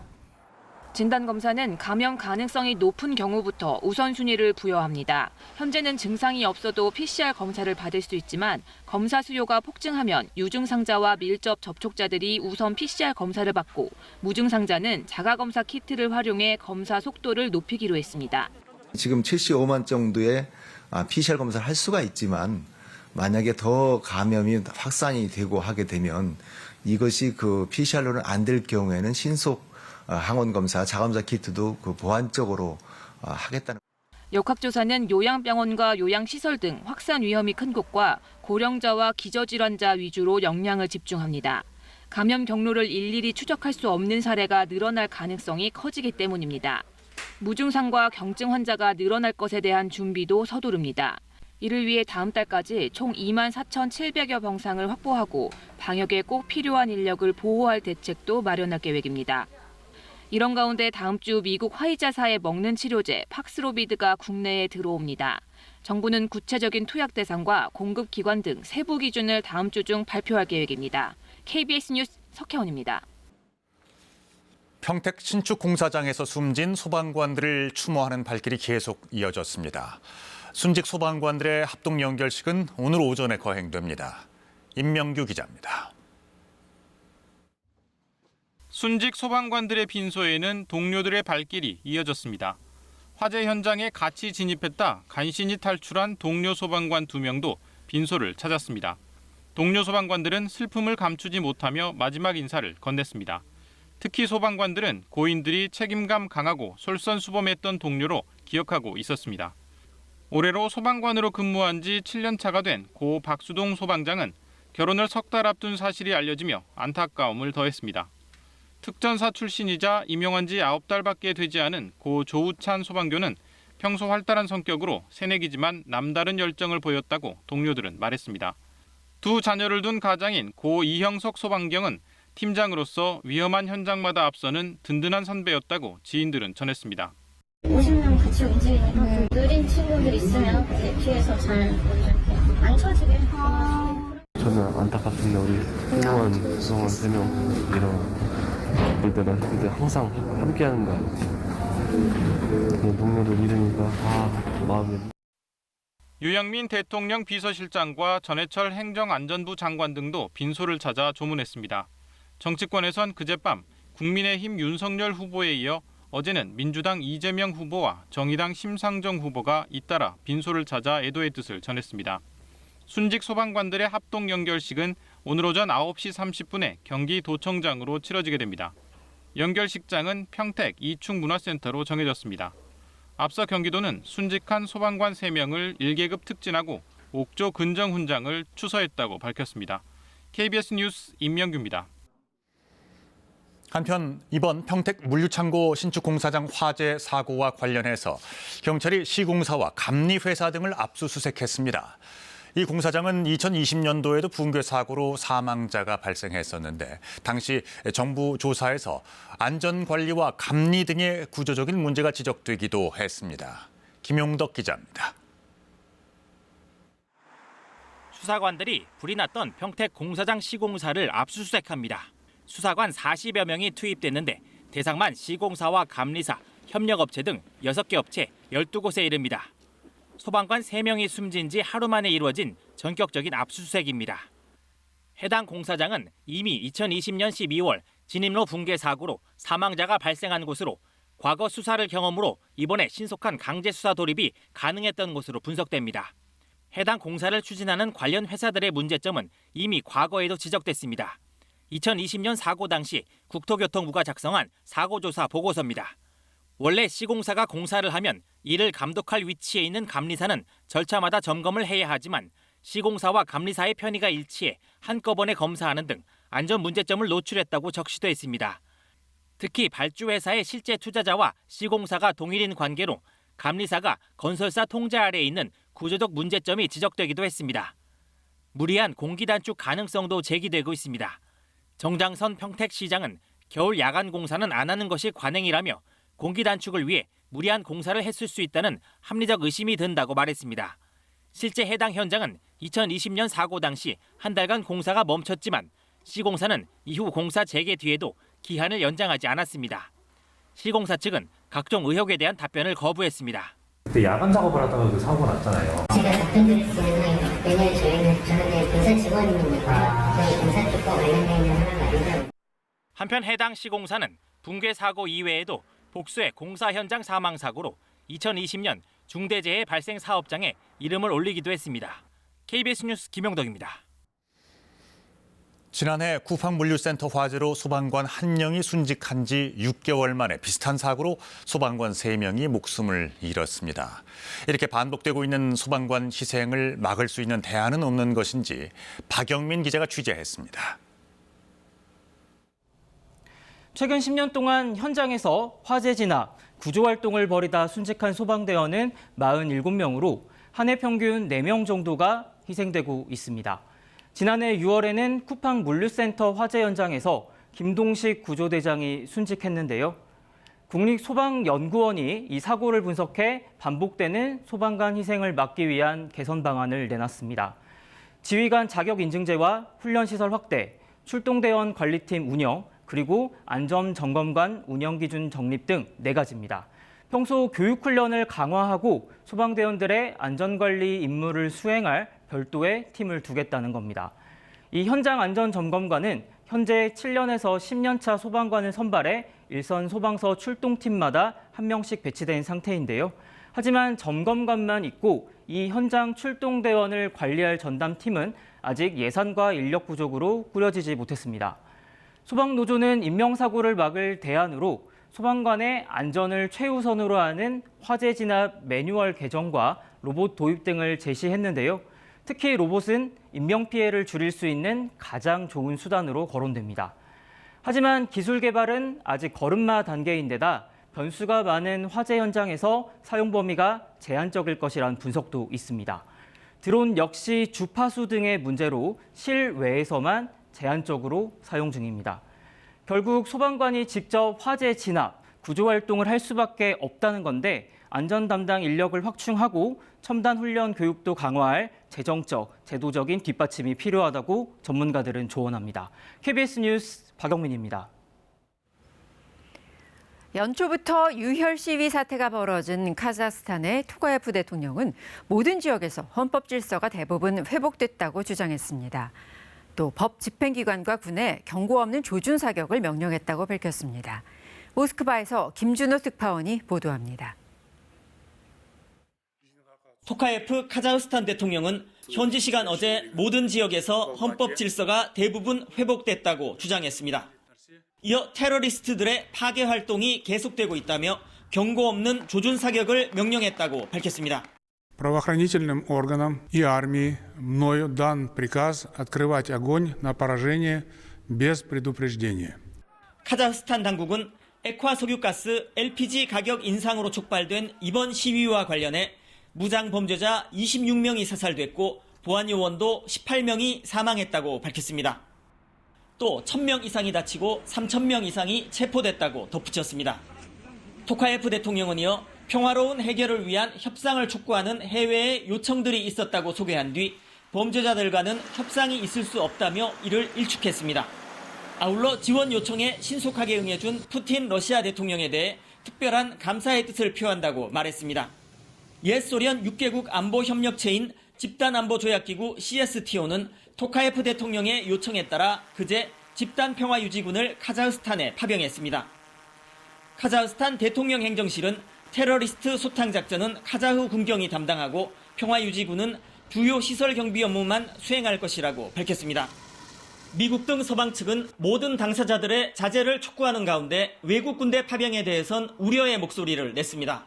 So it's not clear why they feel the need for any outside assistance, so we're trying to learn more about it. 현재 카자흐스탄 전역엔 국가 비상사태가 선포된 상태이며 야간 통행 금지령이 실시되고 있습니다. 모스크바에서 KBS 뉴스 김준호입니다. 북한이 지난 5일 발사한 미사일은 북한 주장처럼 극초음속 미사일이 아니라 일반적인 탄도미사일이라고 우리 군 당국이 밝혔습니다. 북한이 발표한 사거리와 측면 기동 성능은 과장됐고 성능면에서 우리 군이 보유한 현무2가 더 우세하다는 겁니다. 홍진아 기자가 보도합니다. 북한이 극초음속 미사일이라며 공개한 발사 모습입니다. 최대 속도는 음속의 6배인 마하 6 수준, 고도는 50km, 비행 거리는 북한이 주장한 700km에 도달하지 못한 것으로 우리 군은 평가했습니다. 탄두부에는 날개가 달려 있는데 방향을 조정해 탄도 미사일의 정확도를 높이는 기능을 합니다. 우리 군이 2017년 개발한 탄도 미사일 현무2와 유사한데 현무2의 최대 속도는 마하 9 정도입니다. 이 같은 이유로 우리 군은 북한이 극초음속 미사일이 아니라 기술이 개량된 탄도 미사일을 시험 발사한 것으로 분석했습니다. 또 극초음속 미사일이라면 비행 시간의 3분의 2 이상을 활공 비행해야 하고 이때 속도가 마하 5 이상이어야 합니다. 그런데 북한 미사일은 최고 속도 마하 6이 나온 이후 속도가 현격히 떨어졌다고 군은 설명했습니다. 120km를 측면 기동했다는 북한 주장에 대해서도 국방부 산하기관 관계자는 좌우 회피가 아닌 곡선 형태의 선의 기동으로 판단했습니다. 결국 미사일의 형상과 궤적 등을 볼 때 러시아와 중국이 실전 배치한 극초음속 미사일과는 다르다는 겁니다. 통상적인 탄도 곡선을 그리면서 떨어지느냐, 그리고 극초음속 미사일은 정점 고도에서 1단부가 분리되면서 활공 비행을 통해서 변칙 기동을 하느냐. 군 당국은 북한 미사일을 한미 연합자산으로 요격할 수 있다고 밝혔습니다. 현무2의 성능이 북한의 미사일보다 우세하다는 설명도 덧붙였습니다. 유엔 안전보장이사회는 오는 10일 북한의 미사일 발사와 관련한 비공개 회의를 열기로 했습니다. KBS 뉴스 홍진아입니다. 일본에서는 기시다 내각 출범 이후 처음으로 미국과 일본의 외교 국방장관 회담, 이른바 2+2 회담이 화상으로 열렸습니다. 북한, 중국, 러시아의 극초음속 미사일 위협에 우려를 나타내며 이에 대항하는 방위 장비를 공동 개발하기로 합의했습니다. 도쿄에서 박원기 특파원의 보도입니다. 10달 만에 화상으로 열린 미일 외교 국방장관 2+2 회담에서 장관 4명은 북한의 핵미사일 위협에 대해 강한 우려를 나타냈습니다. 또 공동 성명을 통해 북한, 중국, 러시아가 개발하고 있는 극초음속 미사일 위협에 공동 대응하기로 했다고 밝혔습니다. For our scientists, for our engineers, and program managers to collaborate on emerging defense-related issues, from countering hypersonic threats to advancing space-based capabilities. 미국과 일본은 앞으로 극초음속 미사일 요격체계 개발에 중점을 둘 것으로 보입니다. 일본은 음속의 5배 이상으로 비행하는 극초음속 미사일을 요격할 수 있는 레일건을 개발해 2020년대 후반에 실전 배치한다는 계획입니다. 이번 회담에선 대응 능력 향상을 위해 이른바 일본의 적 기지 공격 능력 보유와 관련한 논의도 이뤄진 것으로 알려졌습니다. ミサイルの脅威に対抗するための能力を含めあらゆる選択肢を排除せず現実的に検討していく旨。 회담이 끝난 뒤 미국과 일본은 올해 4월부터 앞으로 5년간 적용되는 주일미군 분담금 특별협정에 서명했습니다. 일본 측 분담금은 5년간 1조 551억엔, 우리 돈 약 11조 원으로 그전 5년간 총액보다 7.7% 정도 늘어났습니다. 미일 양국 장관은 아울러 중국의 해양 활동에 대해서는 지역의 평화와 안정을 훼손한다며 우려를 나타냈고 신장 이구르족과 홍콩 문제 등 중국의 인권 문제도 거론했습니다. 도쿄에서 KBS 뉴스 박원기입니다.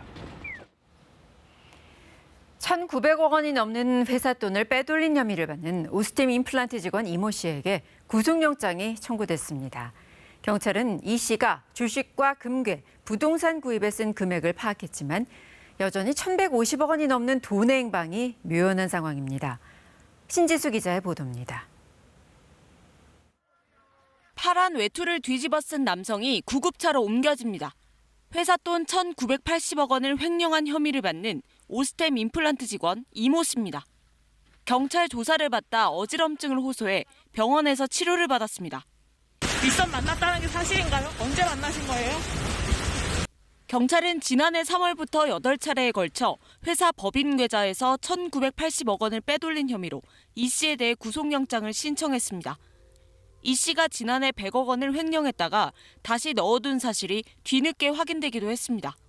이 씨는 이 돈으로 1kg짜리 금괴 851개와 주식, 부동산 등을 사들인 걸로 파악됐습니다.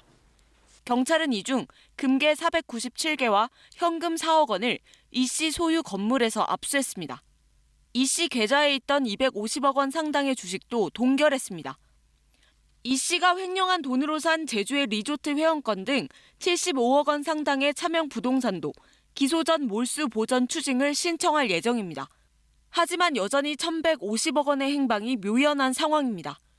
경찰은 이 씨의 부인과 여동생을 조사하면서 부동산 구입 자금의 출처와 횡령 사실을 알고 있었는지 등을 추궁한 것으로 알려졌습니다.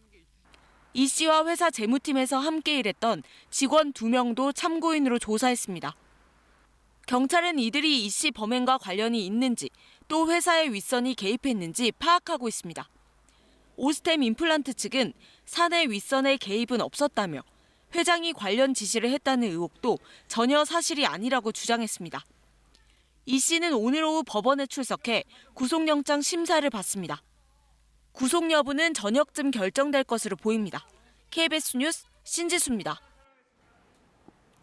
이번 주말 동안 추위는 주춤하겠지만 미세먼지에 대한 대비를 해주셔야겠습니다.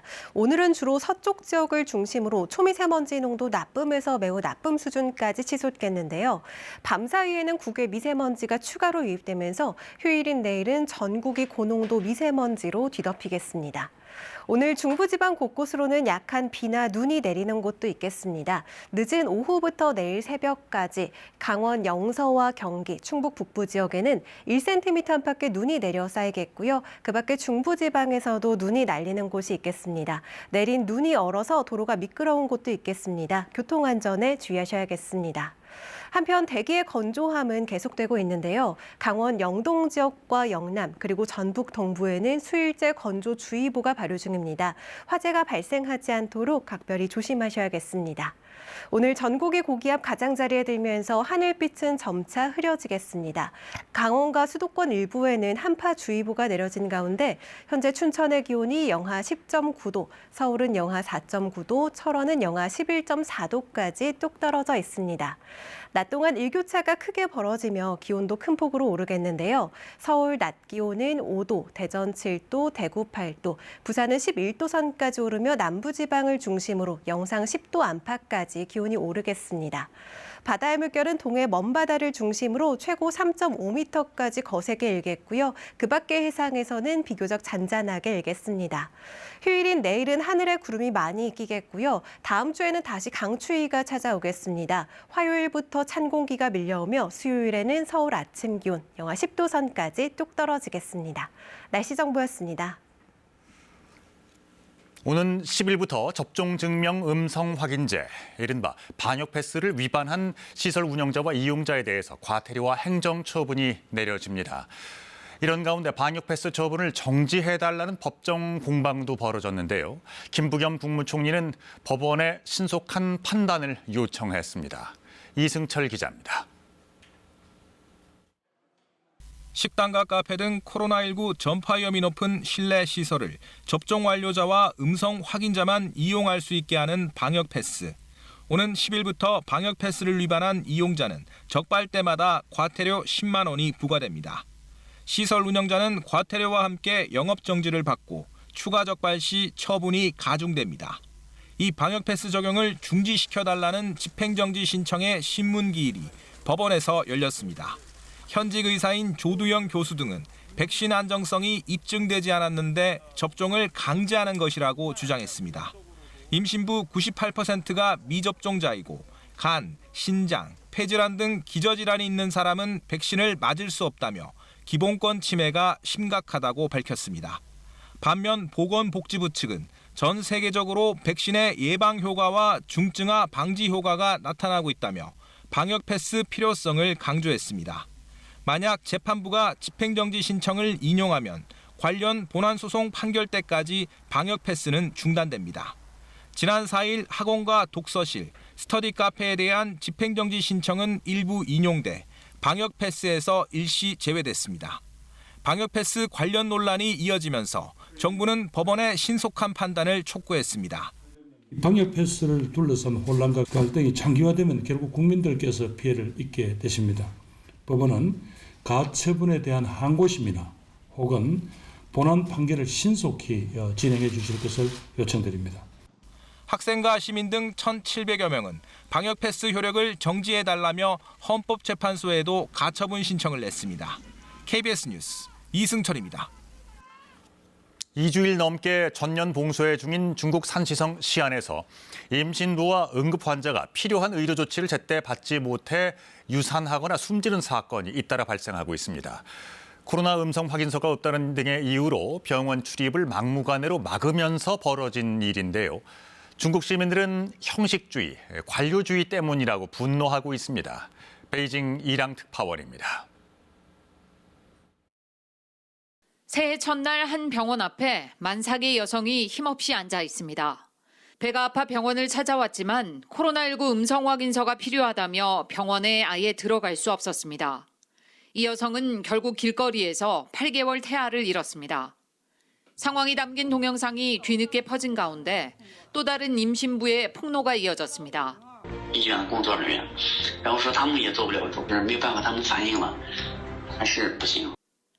위험 지역에서 왔다는 이유로 병원 두 곳에서 거절당한 뒤 결국 이 임신부도 6주 된 태아를 유산했습니다.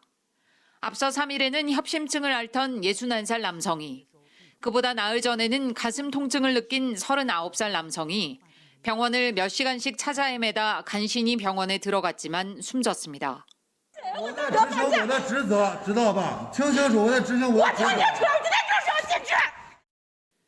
모두 방역을 이유로 병원에서 치료를 거부해서 벌어진 일입니다.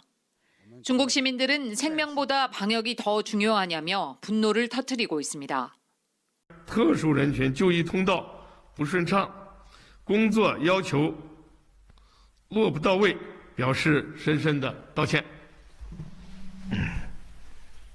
병원 관련 책임자들이 해고되고 중국 당국이 수습책까지 내놓았지만 여전히 반응은 싸늘합니다. 알려지지 않은 사례가 더 있을 것이라는 의혹까지 무성해지고 있습니다. 베이징에서 KBS 뉴스 이랑입니다. 스타벅스가 커피값을 최대 400원 올린다고 발표했습니다. 원료가 되는 원두 가격이 최근 급등했다는 게 회사 측 설명인데 다른 나라와 비교해 이미 비싼 편이라는 조사 결과도 있어 가격 인상에 논란이 일고 있습니다. 허여진 기자입니다. 매출 기준 국내 커피 전문점 선두인 스타벅스가 13일부터 커피값을 올리기로 했습니다. 전체 판매 음료 53개 중 86%인 46개가 100원에서 많게는 400원까지 인상됩니다. 가장 많이 팔리는 아메리카노와 카페라떼는 400원씩 올라 각각 4,500원과 5,000원이 됩니다. 카페를 자주 가는 소비자에겐 부담일 수밖에 없습니다. 일주일에 한 4잔 정도는 먹는 것 같아요. 몇백 원 차이여도 앞자리 수가 4에서 5로 바뀌는 거는 실질적인 부담이 확 오는 것 같아요. 가장 큰 인상 요인은 원두값 상승. 국제 아라비카 원두 가격이 최근 1년 새 2배 정도 올랐다는 게 회사 측 설명입니다. 최근 급등한 원두 가격 등 지속 상승 중인 각종 원부 재료와 코로나19로 인한 국제 물류비 상승 등으로 다양한 비용의 가격 압박 요인이 좀 지속적으로 누적됨에 따라 하지만 세계 주요 10개국 가운데 우리나라 스타벅스 가격이 결코 싼 편이 아니라는 점.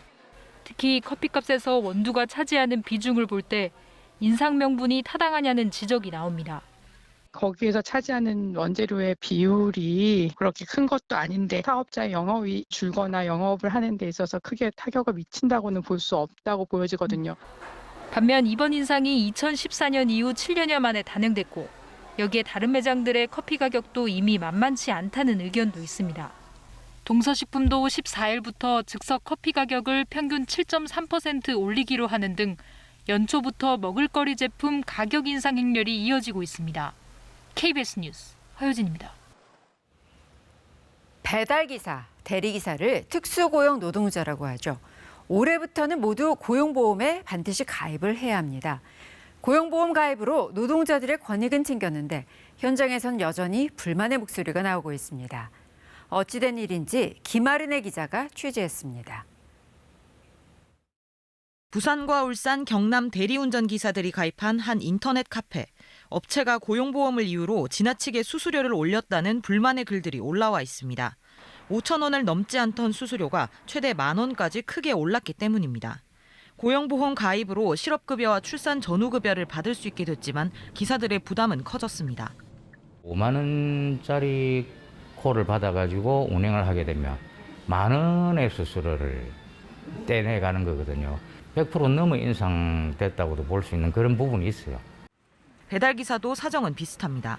업체들이 고용보험을 이유로 배달료를 많게는 1,000원을 더 올리려 하자 반발하고 있습니다. 이런 현상은 인천 등 수도권에서 비수도권까지 확산하고 있습니다. 과하게 또 올려서 기사들한테 또 더 청구를 한다든지 음식점에 또 그 오른 비용이 또 전가가 되고 그렇게 되면 결과적으로는 또 소비자가 내는 배달료가 또 상승되는 그런 현상이 발생할 수가 있거든요. 전문가들은 업체가 일방적으로 수수료를 인상하는 것은 불공정 행위로 볼 수 있다며 단속돼야 한다고 지적합니다. 일방적으로 추진하는 거니까 그 불공정 행위로 이제 공정거래법의 어떤 위반 소지도 분명히 있는데 그 업체의 선의에만 기대한다는 것은 좀 연목구호가 아닌가. 수수료 인상에 반대하는 대리기사의 집회까지 예고되면서 노동자와 업체 사이 갈등 양상까지 보이고 있습니다. KBS 뉴스 김아른입니다. 술 취한 직원을 플라스틱 봉으로 살해한 유소년 스포츠센터 대표가 검찰에 넘겨졌습니다. 술을 마시다가 피해자에게 불만을 품고 살인을 저질렀던 것으로 추정되는데요. 범행 전후 과정도 추가로 드러났습니다. 민정희 기자입니다. 직원 살해 혐의를 받고 있는 유소년 스포츠센터 대표 한모 씨가 얼굴을 가린 채 경찰서를 나섭니다. 범행 이유 등에 대해선 대답하지 않았고 죄송하다고만 했습니다. 범행을 저지르신 이유가 뭡니까? 왜 허위 신고하셨습니까? 피해자와 유족에게 한 말씀 해주시죠. 정말 죄송합니다. 한 씨는 지난달 31일 술 취한 20대 직원의 몸속으로 70cm 길이의 플라스틱 봉을 찔러 넣어 살해한 혐의를 받습니다. 피해자는 간과 심장 등 주요 장기가 파열돼 숨졌습니다. 경찰 조사 결과 한 씨는 새벽 2시쯤 경찰에 처음 신고하기 전부터 피해자 몸을 누르거나 막대로 폭행했습니다.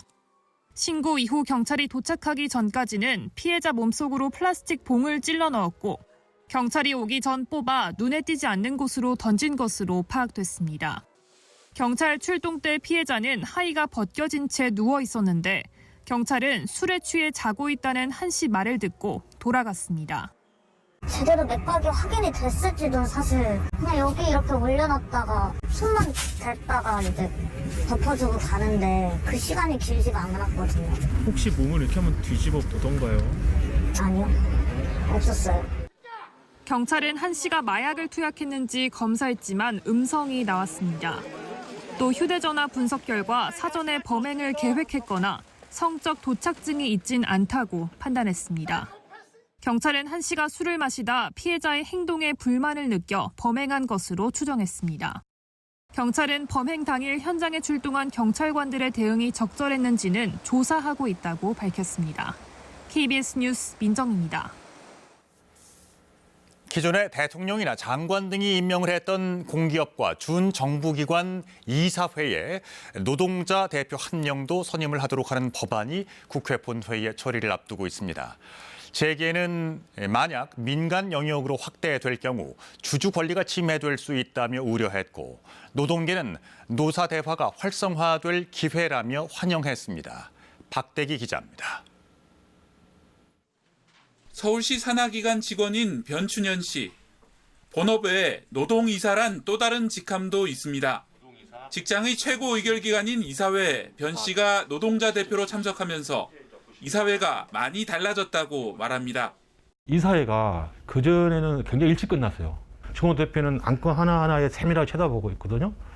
그러다 보니까 이제 질문도 많이 하고. 5년 전 서울시가 자체 도입한 이후 현재 9개 지자체에서 시행 중인 노동이사제. 조만간 국회 본회의에서 관련 법이 처리되면 한국전력 등 공기업과 준정부 기관 130여 곳으로 확대될 전망입니다. 재개는 노동이사제로 인해 공공기관의 운영이 방만해질 것이라고 우려하고 있습니다. 무엇보다 민간기업으로 확대될 가능성을 걱정하고 있습니다. 노동이사제가 도입되면 이사회가 신산업으로의 전환이라든가 자동화 투자, 구조조정 같은 의사결정을 정상적으로 할 수 없기 때문에 해외에서도 비판이 많은 제도입니다. 노동계는 대화를 통해 노사 갈등을 줄이고 성숙한 사회로 나아가는 데 필요한 제도라고 주장합니다. 국회의 입법이 민간 부분을 대상으로 한 것이 아니기 때문에 그거는 너무 과도한 우려라고 저희는 생각하고 있습니다. 노동부 장관은 노동이사제가 공공기관에 정착하는 상황을 봐야 한다면서 민간 부문에도 의무화할지는 논의가 필요하다고 말했습니다. 지자체에서 공공부문으로 확대된 노동이사제가 노조와 경영진의 갈등 해결이라는 본래의 목적을 이뤄낼지가 성패를 좌우할 것으로 보입니다. KBS 뉴스 박대기입니다. 2022년 유소년 야구 캠프 감독에 선임된 홈런왕 장종훈이 야구 부흥을 위해 흥미로운 제안을 했습니다. 고교 타자들은 알루미늄 배트로 돌아가서 자기 스윙을 하는 토양을 만들자는 건데요. 김도환 기자가 만났습니다. 한국 야구 최초의 40홈런. 연습생 출신 홈런왕의 주인공이었던 장종훈이 유소년 캠프 감독에 선임된 첫날 23년 전 자신과 만났습니다. 안녕 종훈아, 나 장종훈이야. 연습생 출신으로 홈런왕 오른 소감 어떠니? 목표가 1년이었어요. 대학도 못 가가지고 어렵게 이제 프로에 들어왔는데. 체계적인 훈련도 없었을 텐데 언제가 어려웠어? 정신적으로나 육체적으로 가장 힘들었지 않나. 지금 돌이켜보면 그때가 아마 제일 힘들었던 것 같습니다. 종훈아, 몇 살까지 뛰고 싶니? 40까지도 충분히 할 수 있다고 생각하고요. 또 그 이상도 제가 하기 나름이니까. 목표였던 40살을 채우지 못하고 37살에 은퇴한 장종훈은 고교 야구의 장타력 실종에 대해 쓴소리도 했습니다. 야구 강국 미국, 일본과 달리 나무 배트를 쓰는 우리나라는 단타식으로 마치는 데 급급하다는 겁니다. 잠깐만요. 네. 야, 이거 민감한 얘기인데 방망이에 대해서 얘기해도 되나? 해도 돼요. 상관없습니다. 나무 방망이를 이기질 못해요. 자기 스윙은 못하고 이렇게 이제 갖다 대는, 저희도 다 알루미늄의 세대고 저거는 이제 전혀 문제 없으니까. 고향팀 한화의 선전을 기원하기도 한 장종훈 감독은 조만간 제주도에서 홈런왕 유망주들과 함께 캠프를 차릴 예정입니다. KBS 뉴스 김도환입니다. 이어서 한국도로공사 연결해서 주말 아침 교통 상황 알아보겠습니다. 이번 주말에는 어떤 휴일 계획을 세우셨을까요? 추위가 조금 덜하다는 소식에 오늘 외출하는 분들 꽤 계실 텐데요. 경부선에서는 오전 8시 무렵부터 정체가 시작되겠습니다. 이때 경기권인 오산과 안성 사이로 정체가 이어지겠고요. 오전 10시 무렵부터는 충청권 정체도 길어져 특히 북천안 일대에서 속도 내기가 어렵겠습니다. 남편 2시간 전쯤에 소해안고속도로 목포 방면으로 일직분기점 부근에선 승용차 사고가 났습니다. 이제 막 처리 작업 마무리됐지만 주변으로 짧게 여파봤습니다. 그 외 구간에서는 한산한 흐름 보이는 가운데 점차 목포 방면으로 매송 부근 정체 길어지겠고요. 경부선에서는 도심 주변으로 차량들이 모이기 시작합니다. 부산 방면 한남과 서초 사이 부분적으로 막히고 있습니다. 이 밖에 광주 원주선은 지방 방면으로 초입 구간인 초월과 초월터널 사이 정체 감안하시기 바랍니다. 전좌석 안전띠 착용 잘해주시고요. 고속도로 교통방송이었습니다.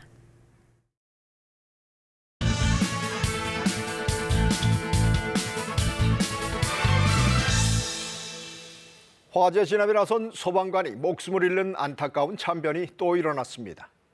이번에는 경기도 평택시 냉동창고 신축 공사장이었습니다. 26살 새내기 소방관과 32살의 예비 신랑, 28년 경력의 51살 베테랑 소방관이 화마로 순직했습니다. 지난해 6월 쿠팡 덕평 물류센터 화재 이후 불과 6개월 만에 되풀이된 소방관 순직 사고에 한탄이 쏟아지고 있습니다. 이번 화재는 한밤중에 인부들이 바닥 타설과 미장 작업을 하던 중 일어난 것으로 추정됩니다. 사고는 큰 불이 잡혀 소방대응 1단계를 해제하고 잔불을 정리하던 중 발생했습니다. 강한 바람 때문에 잔불이 다시 살아나 불길이 커져 구조물 일부가 무너지면서 소방대원들이 갇혀 희생됐습니다. 이번 사고 역시 부주의가 겹쳐 빚은 인재였다는 지적이 나오고 있습니다. 우선 다량의 보온재와 산소통 등 가연성 물질이 가득한 공사장에 불길이 완전히 잡히지 않은 상태에서 화재 진압 인력을 투입한 것 자체가 위험한 결정이었습니다. 해당 공사장은 1년여 전에도 천장 골격이 무너져 3명이 숨지는 사고가 있었던 곳입니다. 그런데도 기초 골조 공사가 완료됐다는 이유로 안전 점검 대상에서 빠진 것도 납득하기 어렵습니다. 안전을 위해 겨울에는 특히 야간 작업을 하지 않는 관행을 무시한 것도 문제입니다. 2년 전 경기 이천 물류센터 화재로 노동자 38명이 목숨을 잃었지만 이후에도 대형 물류창고 공사장 화재 사고가 해마다 되풀이되고 있습니다. 부주의와 안전의식 미흡 때문에 목숨을 잃은 소방관이 지난 10년간 49명입니다. 더 이상의 희생을 막아야 합니다. 공사장 현장 작업이 보다 철저한 안전 매뉴얼에 따라 진행되도록 해야 합니다. 시민의 생명을 위해 헌신하는 이들을 국가가 더 적극적으로 보호하고 예우해야 합니다. 다양한 화재 현장 상황 판단 훈련을 강화하고 선진국처럼 드론과 인명수색 로봇 등 첨단 장비 활용을 서둘러야 합니다. 화재 진압 매뉴얼과 안전수칙에 대한 법률적 재정비도 시급합니다. 뉴스 해설이었습니다.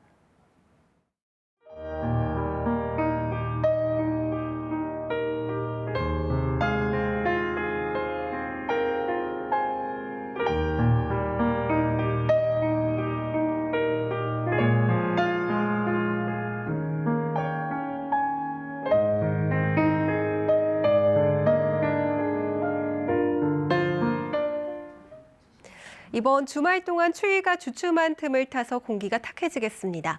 오늘은 주로 서쪽 지역을 중심으로 초미세먼지 농도가 나쁨에서 매우 나쁨 수준까지 치솟겠는데요.